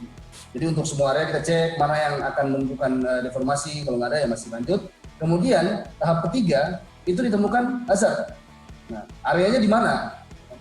Nah, itu kan kalau kita tanpa mengetahui areanya di mana, semua tambang akan menjadi yellow. Orang akan berhati-hati, was-was ke sana. Padahal tidak semua area itu mengandung resiko. Ada area-area tertentu. Nah, kita tentukan areanya, kemudian closely monitoring di area tersebut, lakukan inspeksi, kita menggunakan alat instrumen lain sebagai komplement. Kemudian selanjutnya nomor 4, linear trend. Udah mau kelihatan bahwa terjadi deformasi yang konstan. Nah, terjadi konstan di area yang sama. Nah, kita mulai melakukan kontrol-kontrol apa? Apa kita mulai pasang berm dulu, tapi tidak melakukan blokade jalan sepenuhnya apabila itu berada dekat dengan ram, atau seperti apa? Nah, itu akan diambil oleh teman-teman desain. Kemudian dia sudah mulai melakukan terjadi progresif, itu kita lakukan velocity ratio atau, nah di sini saya tidak tahu benar, velocity ratio itu adalah membandingkan kecepatan sekarang dengan kecepatan referensi. Jadi berapa kali lipat ya kecepatan. Ibaratnya kita tidak mendapatkan berapa milimeter per hour atau berapa milimeter per day, tapi berapa kali lipat ya kecepatan saat ini dengan kecepatan time referensi kita. Nanti kita akan lihat, oh ini sudah 2 kali lebih cepat, oh ini 3 kali lebih cepat, ini 4 kali lebih cepat, oh itu berarti sudah semakin kritikal. Kemudian progressive trend itu semakin terlihat, kita masuk dalam red, merah, red taraf statusnya merah. Artinya area tersebut itu tidak boleh ada kontak dengan manusia karena sudah menunjukkan progresif dan harus dipasang kontrol-kontrolnya. Seperti itu. Mungkin hanya orang yang kompeten seperti geotek yang boleh melakukan inspeksi dari area-area yang aman. Makanya kontrolnya juga harus ketat. Seperti itu. Kemudian sekian dari saya untuk presentasi kali ini. Semoga dapat diterima. Apabila ada yang masih belum jelas bisa kita tanyakan baik nanti di forum ini ataupun melalui Japri ya. Nanti kita bisa Japri atau ada mau komunikasi lebih lanjut nanti kita bisa sampaikan. Terima kasih. Saya kembalikan ke Pak Moderator, Pak Irul. Terima kasih Bapak Ega. Yang sangat luar biasa ya. Bapak dan Ibu, materi ini merupakan materi basic ya, basic pemantauan lereng ya. Kami harapkan Bapak dan Ibu ya. Apabila ada pertanyaan boleh nanti dijapri ke MC, ke Chania dan ke saya juga. Nanti akan kita seleksi ya. Kami persilakan. Sebelum itu mungkin Pak Yan Adriansyah tadi katanya mau menambahkan. Pak Yan Adriansyah ya.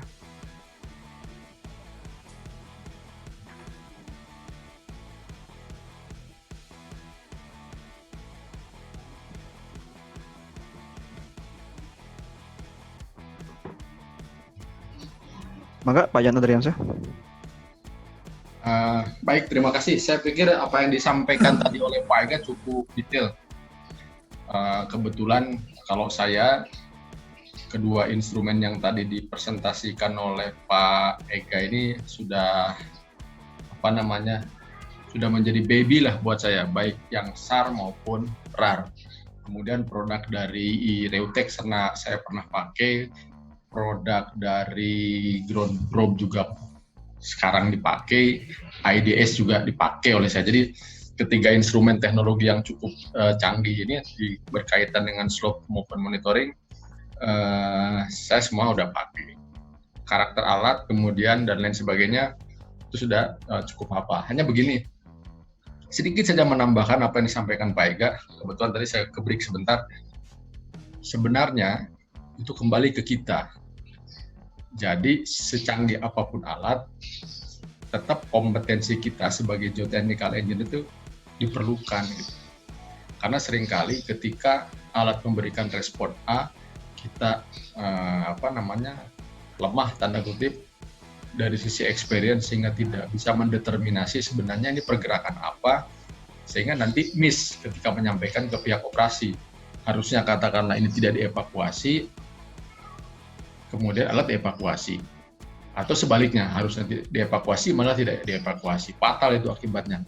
Nah itu semuanya menjadi dua sisi pisau yang bisa tanda kutip ya menghancurkan karir kita sebagai geotechnical engineer. Makanya saya ngewanti-wanti setiap kali saya mempresentasikan mengenai monitoring itu mau back kepada kita, kepada orangnya sebenarnya yang paling penting sebenarnya. Alat bisa secanggih apapun, tapi kalau kitanya malas belajar, kita tidak mau detail mengamati sesuatu. Tadi Pak Ega nyampaikan di ujung itu adalah kevisual sebenarnya.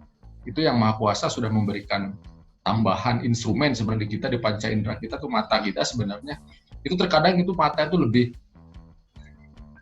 powerful ketika kita melakukan cross check di lapangan. Sebagai contoh misalnya ketika kita melakukan monitoring, alat mengatakan ada terjadi deformasi di lapangan, sebenarnya itu hanya katakanlah air saja atau misalkan pergerakan yang memang disengaja tanda kutip karena pihak operasi mengelepus alat itu, sehingga kita di kantor bilang, di kontrol bilang udah ini kita harus evakuasi. Tidak seperti itu. Jadi sebenarnya ini saya menitik beratkan kepada teman-teman karena ini kebanyakan mahasiswa nih mungkin kayak seperti era saya ini akan segera berakhir. Nah teman-teman harus bisa melanjutkan ini. Jadi pesan saya sih satu aja buat teman-teman mahasiswa ini, kita dituntut untuk bisa lebih rajin menggali berbagai pengetahuan khususnya dengan instrumen monitoring lah. Kalau di industri tambang ini sudah merupakan satu keharusan saat ini karena itu mandatori. Sebenarnya tadi disampaikan di Capman sudah juga cukup clear, bahkan beberapa perusahaan sebenarnya sudah mengaplikasikan sebelum ada Capman itu ada. Nah itu dia kembali kepada awareness. Tetapi lagi-lagi yang menjadi kunci sebenarnya adalah kitanya sebagai geotechnical engineer, sebagai geologis yang akan mengoperasikan alat itu, menempatkan alat itu, membaca alat itu, dan menganalisis data yang dihasilkan oleh alat. Itu aja barangkali tambahnya dari saya. Terima kasih Pak Ega, cukup clear Pak Ega. Terima kasih Pak Yan Andriansyah. Oke, terima kasih Pak Yan, tambahnya sangat bagus sekali. Saya juga mau sedikit sharing lagi. Betul yang dikatakan oleh Pak Yan Andriansyah itu. Kalau istilahnya itu bukan degannya yang jadi paling penting, tapi man behind the gun. Kita dikasih alat, kita nggak bisa pakai juga, malah bunuh diri bisa kita pakai. Orang nggak bisa nembak, dikasih pistol, malah bunuh diri atau bunuh orang lain. Dan ini terjadi juga pada saya dulu sempat diaspora ke Afrika, ke Kongo. Pada saat itu sudah ada radar di sana. Di tambang yang panjang lebarnya sekitar 2 km tadi yang di terakhir saya tampilkan fotonya itu sudah ada radar sebanyak 4 buah radar. Dan kemudian terjadi longsor yang mengakibatkan fatality 12 orang meninggal. Jadi radarnya sudah ada, geotek orangnya ada di sana, tapi tetap aja meninggal. Nah itu yang menjadi pertanyaan, kalau terjadi longsor itu pertanyaan lain. Karena begini, ada konsep yang salah juga, bukan cuma di Indonesia tapi di luar negeri, saya pernah beberapa kali ke luar negeri, bahwa oke, kita beli radar, kok masih longsor? Nah itu persepsi-persepsi itu sebagai kita orang yang tahu atau paham itu lucu sebenarnya, tapi persepsi seperti itu masih ada dan berkembang khususnya di high level management. Mereka sudah investasi hampir $1 juta, kemudian masih longsor. Nah itu kita hanya memantau, bukan kita menghilangkan hazardnya. Itu persepsi seperti itu masih ada. Dan kebetulan yang saya sharing tadi di Kongo tadi, ternyata setelah saya lihat, ternyata manusia yang tidak kompeten. Gitu. Orang-orang di sana yang tidak kompeten. Akhirnya saya ditariklah ke sana, saya dieksplor di sana selama 3 tahun saya bekerja di sana, mendevelop ground control management plan untung kita melakukan seperti ini, kita cegah. Dan alhamdulillah selama 3 tahun saya kerja di sana, bukan longsor itu tidak pernah ada, longsor itu ada, tapi bisa kita kontrol dan tidak menyebabkan kerugian. Itu yang paling penting sebenarnya. Jadi bukan seaman mungkin. Justru kalau saya pribadi mungkin koreksi bisa salah. Pada saat saya melakukan suatu analisa dan tidak terjadi longsor sama sekali, itu orang bertanya-tanya, ini jangan-jangan terlalu aman, kita udah rugi berapa ini? Karena si geoteknya memberikan desain yang terlalu aman. Nah, dia ada longsor boleh, single bench, 2-3 bench failure, tapi itu sudah pasang kontrol dan tidak mengakibatkan kerugian, itu bagi saya tidak masalah. Dan akhirnya saya kembali lagi ke Indonesia. Demikian tambahan saya. Terima kasih Bapak Ega. Kebetulan ada satu pertanyaan Bapak Ega dari mahasiswa ini. Pertanyaannya itu, apakah longsor selalu terjadi jika sudah terdapat tren yang cukup naik signifikan dari deformasi?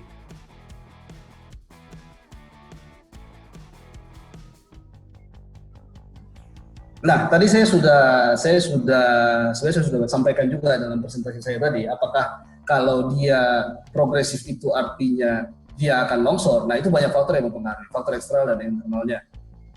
Contohnya di area yang failed material, dia melakukan progresif pada saat kena hujan, itu naik tinggi, tapi tidak longsor dan akhirnya hujan berhenti, kemudian airnya itu keluar, dia stabilize lagi, seperti itu, berulang terus seperti itu. Itu kejadian seperti itu memang ada. Jadi banyak faktor yang mempengaruhi sampai akhirnya dia longsor.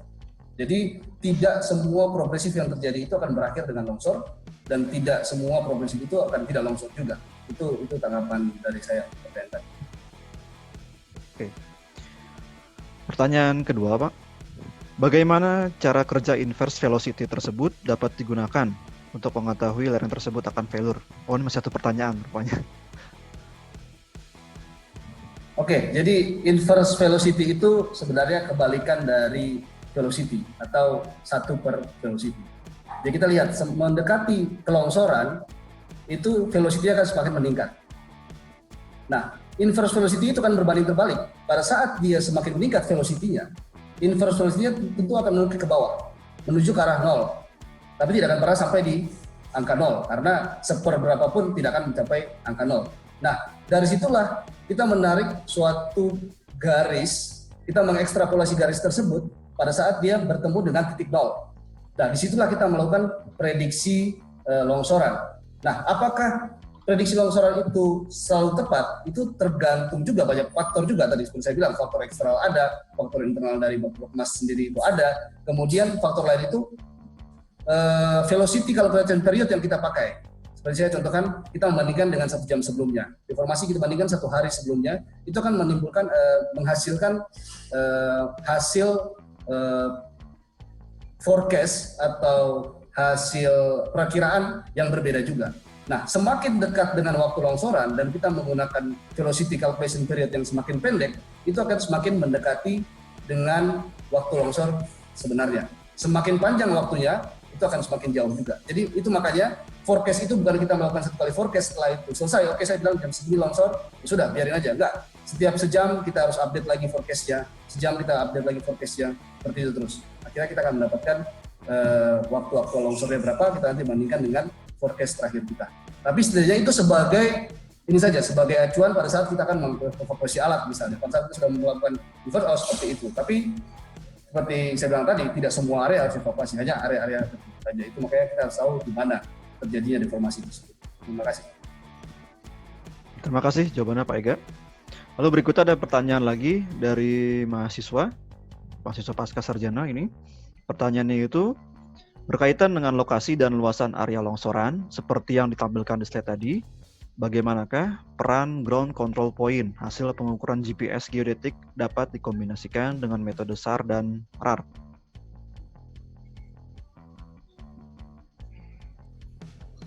Oke, kita biasanya melakukan tergantung site-nya. Apakah dia punya data geodetik? Kita juga kadang bandingkan juga dengan data-data instrumen yang lain. Misalnya INSAR, berapa pergerakan? Kalau INSAR itu lebih spesifik dengan pergerakan vertikalnya, sedangkan radar itu pergerakannya horizontal, karena radar itu hanya mengukur deformasi itu satu dimensi saja, mendekati atau menjauhi radar. Jadi radar itu tidak bisa mendeteksi ke arah mana longsoran ini akan pergi. Gitu.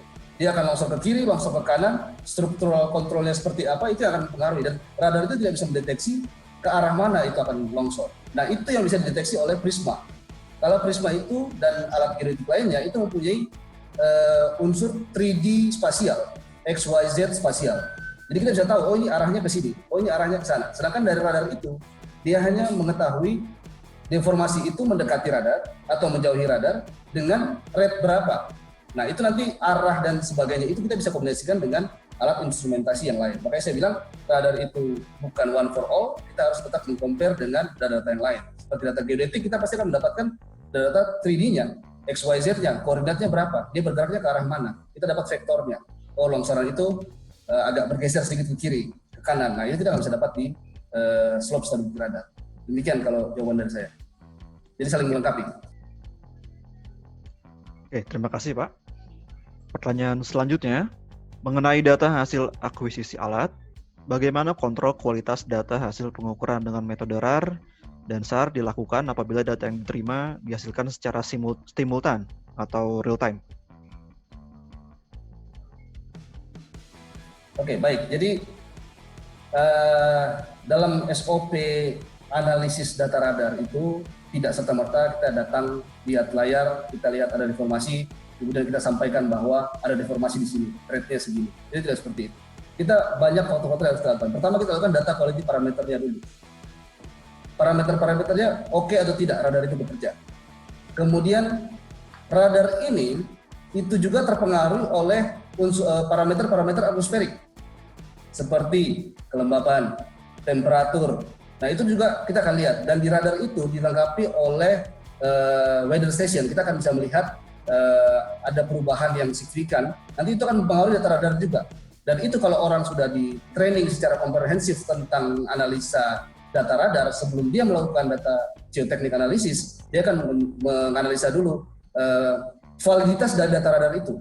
Seperti yang tadi disampaikan Pak Yan juga, apakah ini diakibatkan oleh perubahan cuaca yang sangat ekstrim, atau diakibatkan oleh alat di situ, atau mungkin vegetasi, tapi karena kita cuma lihat grafiknya saja, dan kita bilang bahwa, oh di sini ada deformasi, kita harus melakukan evakuasi, padahal sebenarnya tidak. Jadi memang ada tahap-tahap yang ada seperti checklistnya, apa yang kita harus cek sebelum kita melakukan analisa dari graf tersebut, untuk memastikan bahwa data yang kita hasilkan itu valid dan dapat dipakai. Nanti ada hasilnya itu, pertama data not optimal, berarti data itu tidak bisa kita gunakan karena ada faktor-faktor yang saya bilang tadi, parameter-parameternya. Kemudian suboptimal, dapat digunakan tapi mungkin level of confidence-nya tidak terlalu tinggi. Kemudian yang ketiga itu dia optimal, jadi data itu kita bisa pakai karena setelah kita lakukan assessment tadi, data itu ternyata bagus dan valid untuk dilakukan analisis lebih lanjut. Demikian.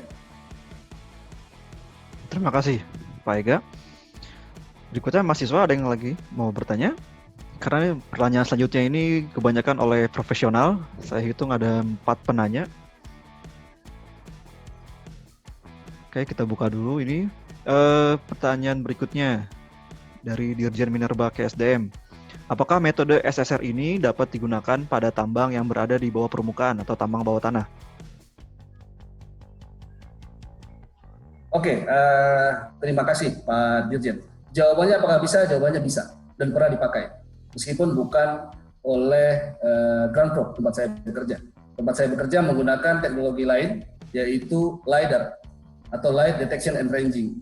Jadi seperti nanti menghasilkan data point cloud. Tapi kalau untuk radar digunakan di underground, jawabannya adalah bisa dan pernah digunakan. Dan ada alat untuk itu. Menggunakan SAR, Synthetic Aperture Radar, untuk melakukan pemantauan monitoring di underground. Tapi untuk ground probe sendiri, kita menggunakan alat lain, dia bukan teknologi radar, LiDAR.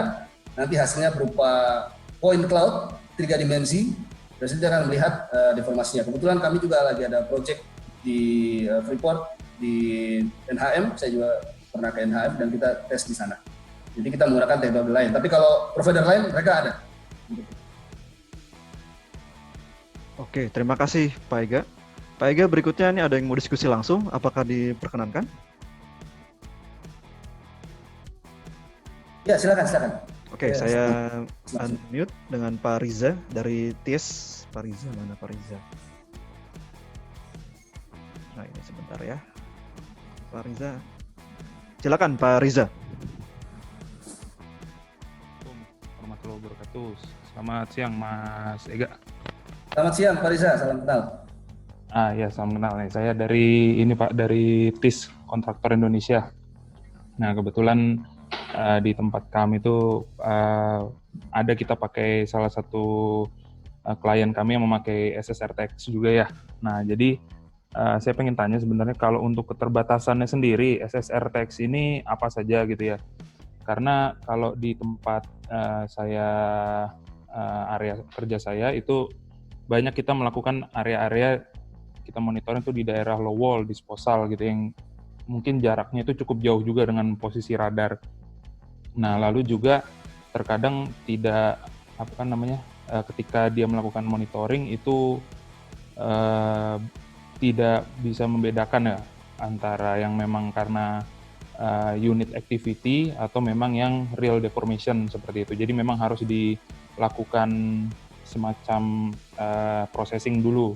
Nah, bagaimana cara kita memutus waktu untuk interpretasi itu gitu. Sementara terkadang kita di area kerja sendiri banyak sekali dinamika-dinamika yang mungkin cuacanya hujan sangat lebat sehingga sangat mempengaruhi kestabilan lereng. Seperti itu yang pertama sih Pak.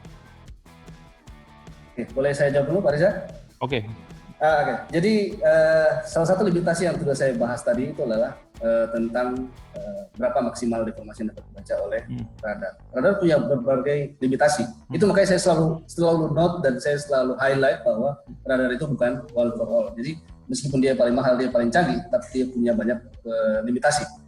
Selain itu adalah hujan. Pada saat hujan deras, hujan yang sangat deras yang sering terjadi di Indonesia sini, pada saat hujan deras kita sangat sulit membedakan deformasi yang real dengan deformasi yang terganggu oleh hujan. Itu memang betul. Itu salah satu limitasi dari radar. Kemudian limitasi dari radar yang lainnya itu juga adalah vector loss. Mungkin saya bisa coba share screen, saya gambarkan. Biar screen boleh Pak? Boleh Pak. Mana ya?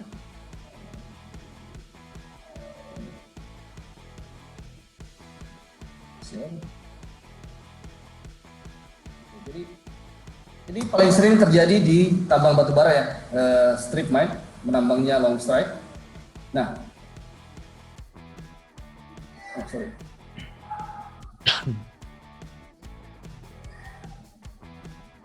misalnya ini area high wall, kemudian kita taruh radarnya di sini.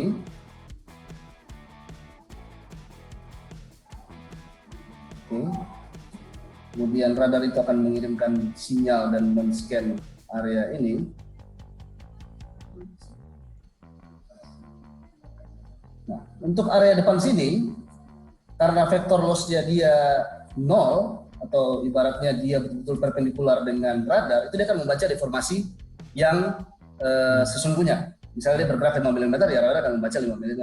Tapi untuk area-area sini, karena bentuknya long strike ya, saya rasa praktisi mengerti lah yang saya gambarin, mungkin ada di mahasiswa, nanti kita akan bahas lebih lanjut. Di sini, apabila pergerakannya ke sana, yang dia baca lebih kecil dari 5. Semakin jauh dari sini, sana, deformasi yang dibaca itu akan lebih kecil daripada deformasi yang sesungguhnya.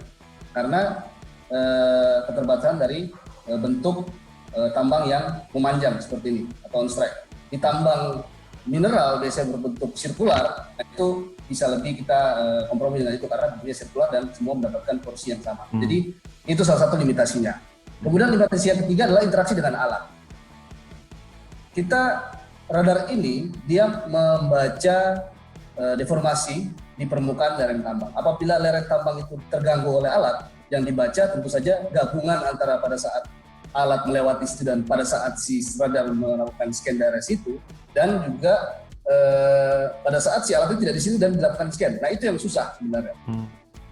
Jadi itu limitasi, salah satu limitasi dari radar untuk area-area yang betul-betul berkontak langsung dengan mining activity, itu menjadi salah satu limitasi. Nah, itulah pentingnya makanya kita perlu instrumen-instrumen yang lain, karena radar juga punya limitasi-limitasi. Ya, seperti yang saya sudah sebutkan tadi. Hujan, kemudian vector loss, kemudian mining interaction, dan sebagainya. Vegetasi juga, karena radar ini didesain untuk area tambang yang notabene bersih dari vegetasi, tapi tetap vegetasi kita nggak bisa kontrol, apalagi di Indonesia. Nah itu juga bisa mengacaukan data radar. Contohnya saya pernah ke Papua New Guinea, di sana itu curah hujannya per tahun sekitar 2 meter lebih lah, itu besar dan itu banyak vegetasi. Nah itu susah dibaca oleh radar. Nah, itu memang salah satu limitasi juga dari radar. Kita bisa gunakan dari instrumentasi yang lain, bisa kita pasang prisma, kita tembak prisma, ya kita bisa saling kolaborasi. Jadi memang itu limitasi yang kita harus deal dengan radar. Seperti itu Pak. Di copy Kang. Sama ini satu lagi, mungkin saya agak sedikit berbeda dengan tadi yang disebutkan bahwa kalau dengan kita menggunakan radar kita bisa meminimize resiko ya.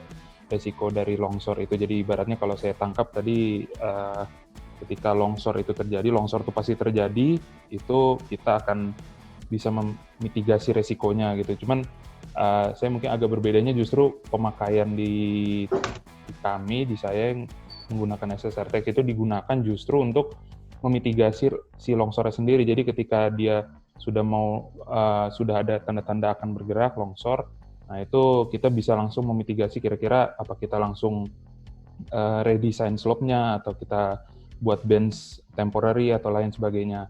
Nah cuman ada pernah case gini Kang, jadi di tempat saya itu ketika kita sudah melakukan monitoring, kita tahu di sana ketika kita lakukan assessment design itu mungkin secara overall slope dia aman gitu ya, mungkin di atas 1.1, 1.2. Nah, tapi ketika aktualnya di lapangan justru dia malah terjadi longsor dan di situ tidak terbaca dari data si radarnya. Nah, saya habis itu coba cari tahu apakah memang sebenarnya ada nggak ya hubungan secara empiris antara safety factor dari yang kita sudah assess, baik aktual maupun by design, dengan rate of movement dari suatu material, terutama yang di high wall. Kalau menurut Kang Ega sendiri ada tanggapan nggak seperti itu sih? Baik, terima kasih Pak Riza ya. Kalau untuk hubungan secara empiris, berapa deformasinya dan berapa kita balik lagi ke hasil slope analisis yang kita bikin, itu kita belum melakukan penelitian untuk melihat hubungannya. Kita hanya kita approach dari sisi yang lain. Kita melakukan slope performance saja ibaratnya. Kita lihat performance ya istilahnya. Ya, slope performance. Jadi lebih ke slope performance dia. Gitu. Bila kita sudah 1.3, karena balik lagi hasil analisa kita itu banyak uncertainty di situ. Karena kita lihat berapa jarak lubang bornya. Kemudian bagaimana cara kita menderive parameter fisik batuannya tersebut, apakah sudah sesuai dengan metode yang benar atau kita menggunakan sistem statistik atau seperti apa, itu banyak hal yang harus dilihat gitu. Nah nanti si radar ini itu sebagai bukan sebagai penganalisa sebenarnya, dia sebagai untuk melihat performance dari analisa yang kita sudah buat tadi. Apabila kita sudah buat aman misalnya 1.5 setinggi 1.5 kemudian dia masih longsor, itu berarti ada yang salah. Itu. Tapi kalau secara empirisnya dengan pergerakan sekian milimeter per day itu berarti dia harus berapa fs-nya berapa yang ada di situ. Nah itu kita belum melakukan penelitian dan pendekatannya juga sedikit ini susah karena radar itu dipengaruhi oleh banyak faktor ya, dari arah segala macam itu banyak faktor yang terlibat di situ. Gitu. Nah untuk kalau misalnya ada longsor yang tidak terdeteksi oleh radar, ya mungkin dia masuk di salah satu limitasi tersebut dan itu perlu penyelidikan atau investigasi lebih lanjut. Kenapa itu sampai tidak terdeteksi? Nanti mungkin kita bisa lanjut di luar forum ini, Pak Riza. Kita lihat studi case-nya di mana, kita buka sama-sama, kita lihat apa sih yang salah di situ. Nanti kita bisa akan keluar dengan satu konklusi. Kemudian betul juga yang tadi Pak Riza ngomong bahwa pada saat kita melihat ada pergerakan, kita melakukan misalnya redesign, itu bisa saja. Itu tergantung, balik lagi tergantung dari keputusan di site. Gitu. Apakah kita mau melakukan redesign supaya itu tidak longsor, ataukah ya sudah kita biarin saja dia longsor, asal tidak terdapat korban jiwa. Jadi sebenarnya itu keputusan yang diambil setelah melakukan asesmen mendalam. Tidak serta-merta kita lihat deformasi, oh dia akan longsor, oh kita redesign, atau kita akan melakukan, atau kita biarkan saja gitu. Yang penting kita pasang kontrol. Nah itu balik lagi hasil kajian yang lebih mendalam ke situ. Jadi tidak langsung atau serta-merta seperti ini, seperti itu, dan seperti itu. Seperti itu kalau dari saya sih. Oke, terima kasih Kang Ega atas kesempatannya. Ya. Ega, ini ada 2 pertanyaan lagi. Mungkin sudah akhir pertanyaan ya, karena sudah waktu juga sudah menunjukkan pukul 3 ya. Pertanyaan berikutnya ini, bagaimana best practice mengawinkan data mapping fault di lapangan dengan data radar untuk membantu justifikasi kemungkinan terjadi longsoran? Mungkin bisa sharing pengalamannya. Oke, jadi betul data pemetaan geologi, pemetaan struktural atau geotechnical mapping itu paling penting sebenarnya dalam kita memetakan suatu tambang dan membuat geotechnical hazard map. Nah, nanti dari situ kita akan membuat suatu kinematic analysis misalnya. Kita melakukan kinematic analysis peran dari struktural geologi itu terhadap failure mode yang akan terjadi. Kemudian probabilitas of failure-nya berapa, dan kita akan kategorikan itu area yang kritikal atau tidak kritikal. Nanti kita akan misalnya area yang kritikal dan di situ juga high risk, bisa terdapat aktivitas atau itu merupakan RAM atau area yang berisiko tinggi lainnya. Nah, kita dapat menggunakan data radar di situ untuk memverifikasi itu. Nah, nanti jadi sebenarnya radar ini seperti saya bilang tadi di awal presentasi saya, bahwa pekerjaan geotechnical engineer itu mulai dari data acquisition sampai development itu panjang sekali. Dan radar itu cuma satu bagian kecil dalam memonitor itu. Apabila semua sudah kita lakukan dengan tepat, radar hanya tinggal untuk melihat dan memverifikasi tersebut. Jadi hal-hal lain sebenarnya lebih penting. Dan apabila kita bisa lihat, oke, di sini probabilitas longsornya tinggi, kemudian strukturnya juga ibaratnya memenuhi syarat untuk ada longsoran failure mode, misalnya wedge di situ, kemudian sudut geser dalam join-nya juga memenuhi, ya nanti kita tinggal lihat apakah dia longsor atau tidak. Nanti kita akan monitor saja. Radar itu hanya untuk memonitor saja. Untuk analisis geotechnical lebih mendalam, itu kita menggunakan data yang lain, data mass properties. Terima kasih Pak Ega. Pertanyaan terakhir Pak Ega, bagaimana cara menentukan threshold untuk inverse velocity? Apakah angka ini akan berbeda untuk setiap jenis batuan? Oke, baik. Ini tergantung dengan jenis batuannya, pertama. Kemudian yang kedua, tidak ada pakem berapa threshold inverse velocity yang harus kita pakai. Misalnya begini, pada saat kita baru punya monitoring di situ, baru pertama kali kita monitoring di situ, belum ada longsor. Ya, pada saat kita melakukan inverse velocity analysis, kita akan proyeksikan dia ke 0 selalu. Nah, nanti pada saat sudah terjadi longsor, nah kita bisa pakai sebagai acuan. Nah, acuan saja, tapi tidak membuat itu sebagai pakem, karena mungkin batuannya berbeda, strukturnya berbeda, kondisi air tanahnya berbeda, dan lain-lainnya mungkin berbeda. Nah, itu sebagai kontrol. Misalnya begini, belum ada longsor, pada saat kita melakukan analisis, kita proyeksikan ke 0.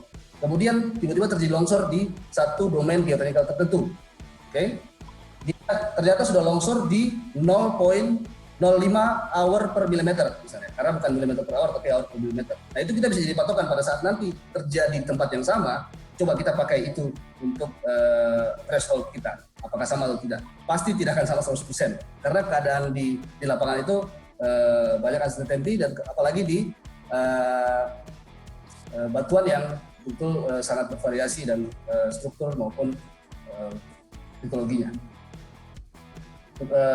Secara khusus di batuan yang anisotropik ya, yang sangat berbeda seperti skis dan lain-lain. Itu mungkin jawaban dari saya.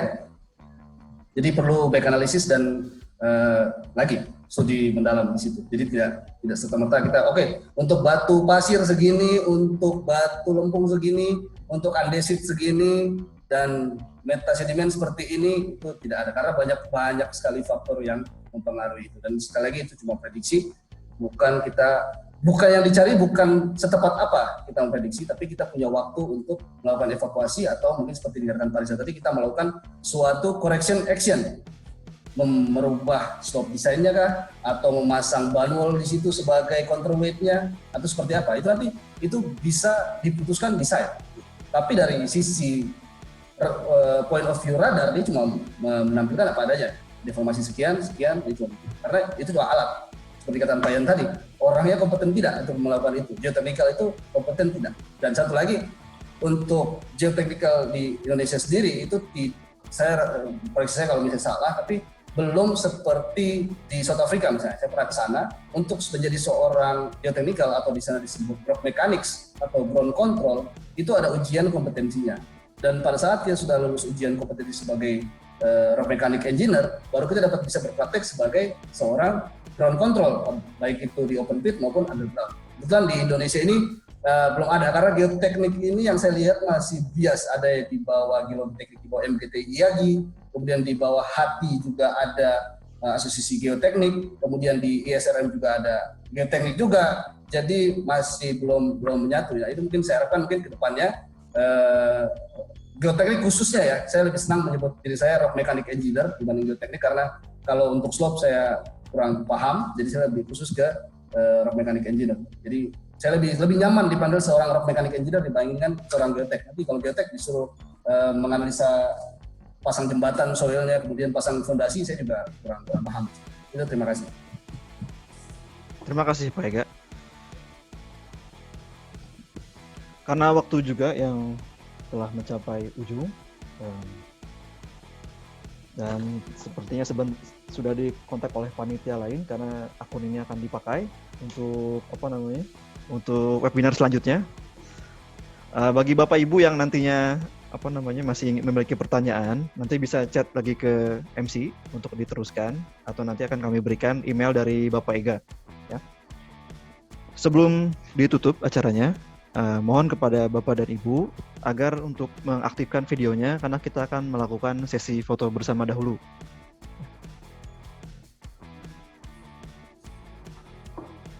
Silakan Bapak dan Ibu untuk mengaktifkan video masing-masing, karena kita akan melakukan sesi foto bersama yang nanti akan dipandu oleh MC. Silakan MC. Oke, terima kasih untuk Bapak, Ibu, Akang Teteh, dan teman-teman yang sudah mengikuti webinar kali ini. Sekarang adalah sesi foto bersama. Untuk fotonya dilakukan 7 kali karena kita mengubah slide ya Pak, Bu.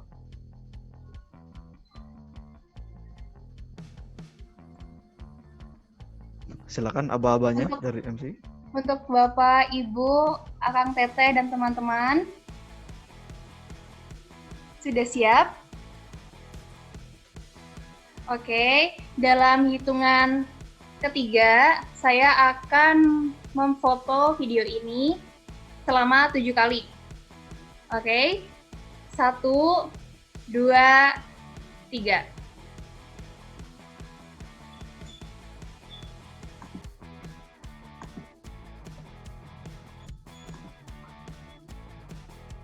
Untuk foto yang kedua,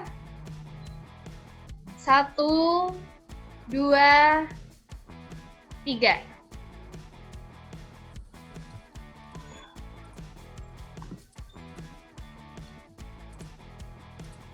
Untuk sesi foto ketiga, 1, 2, 3.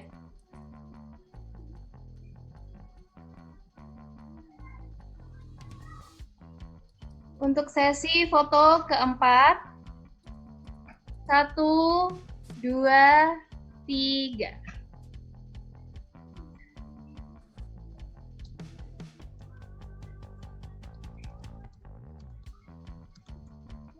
Untuk sesi foto kelima, 1, 2, 3.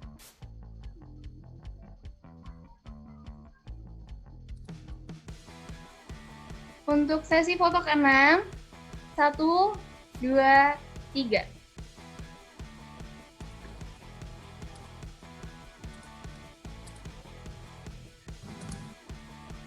Untuk sesi foto terakhir, 1, 2, 3.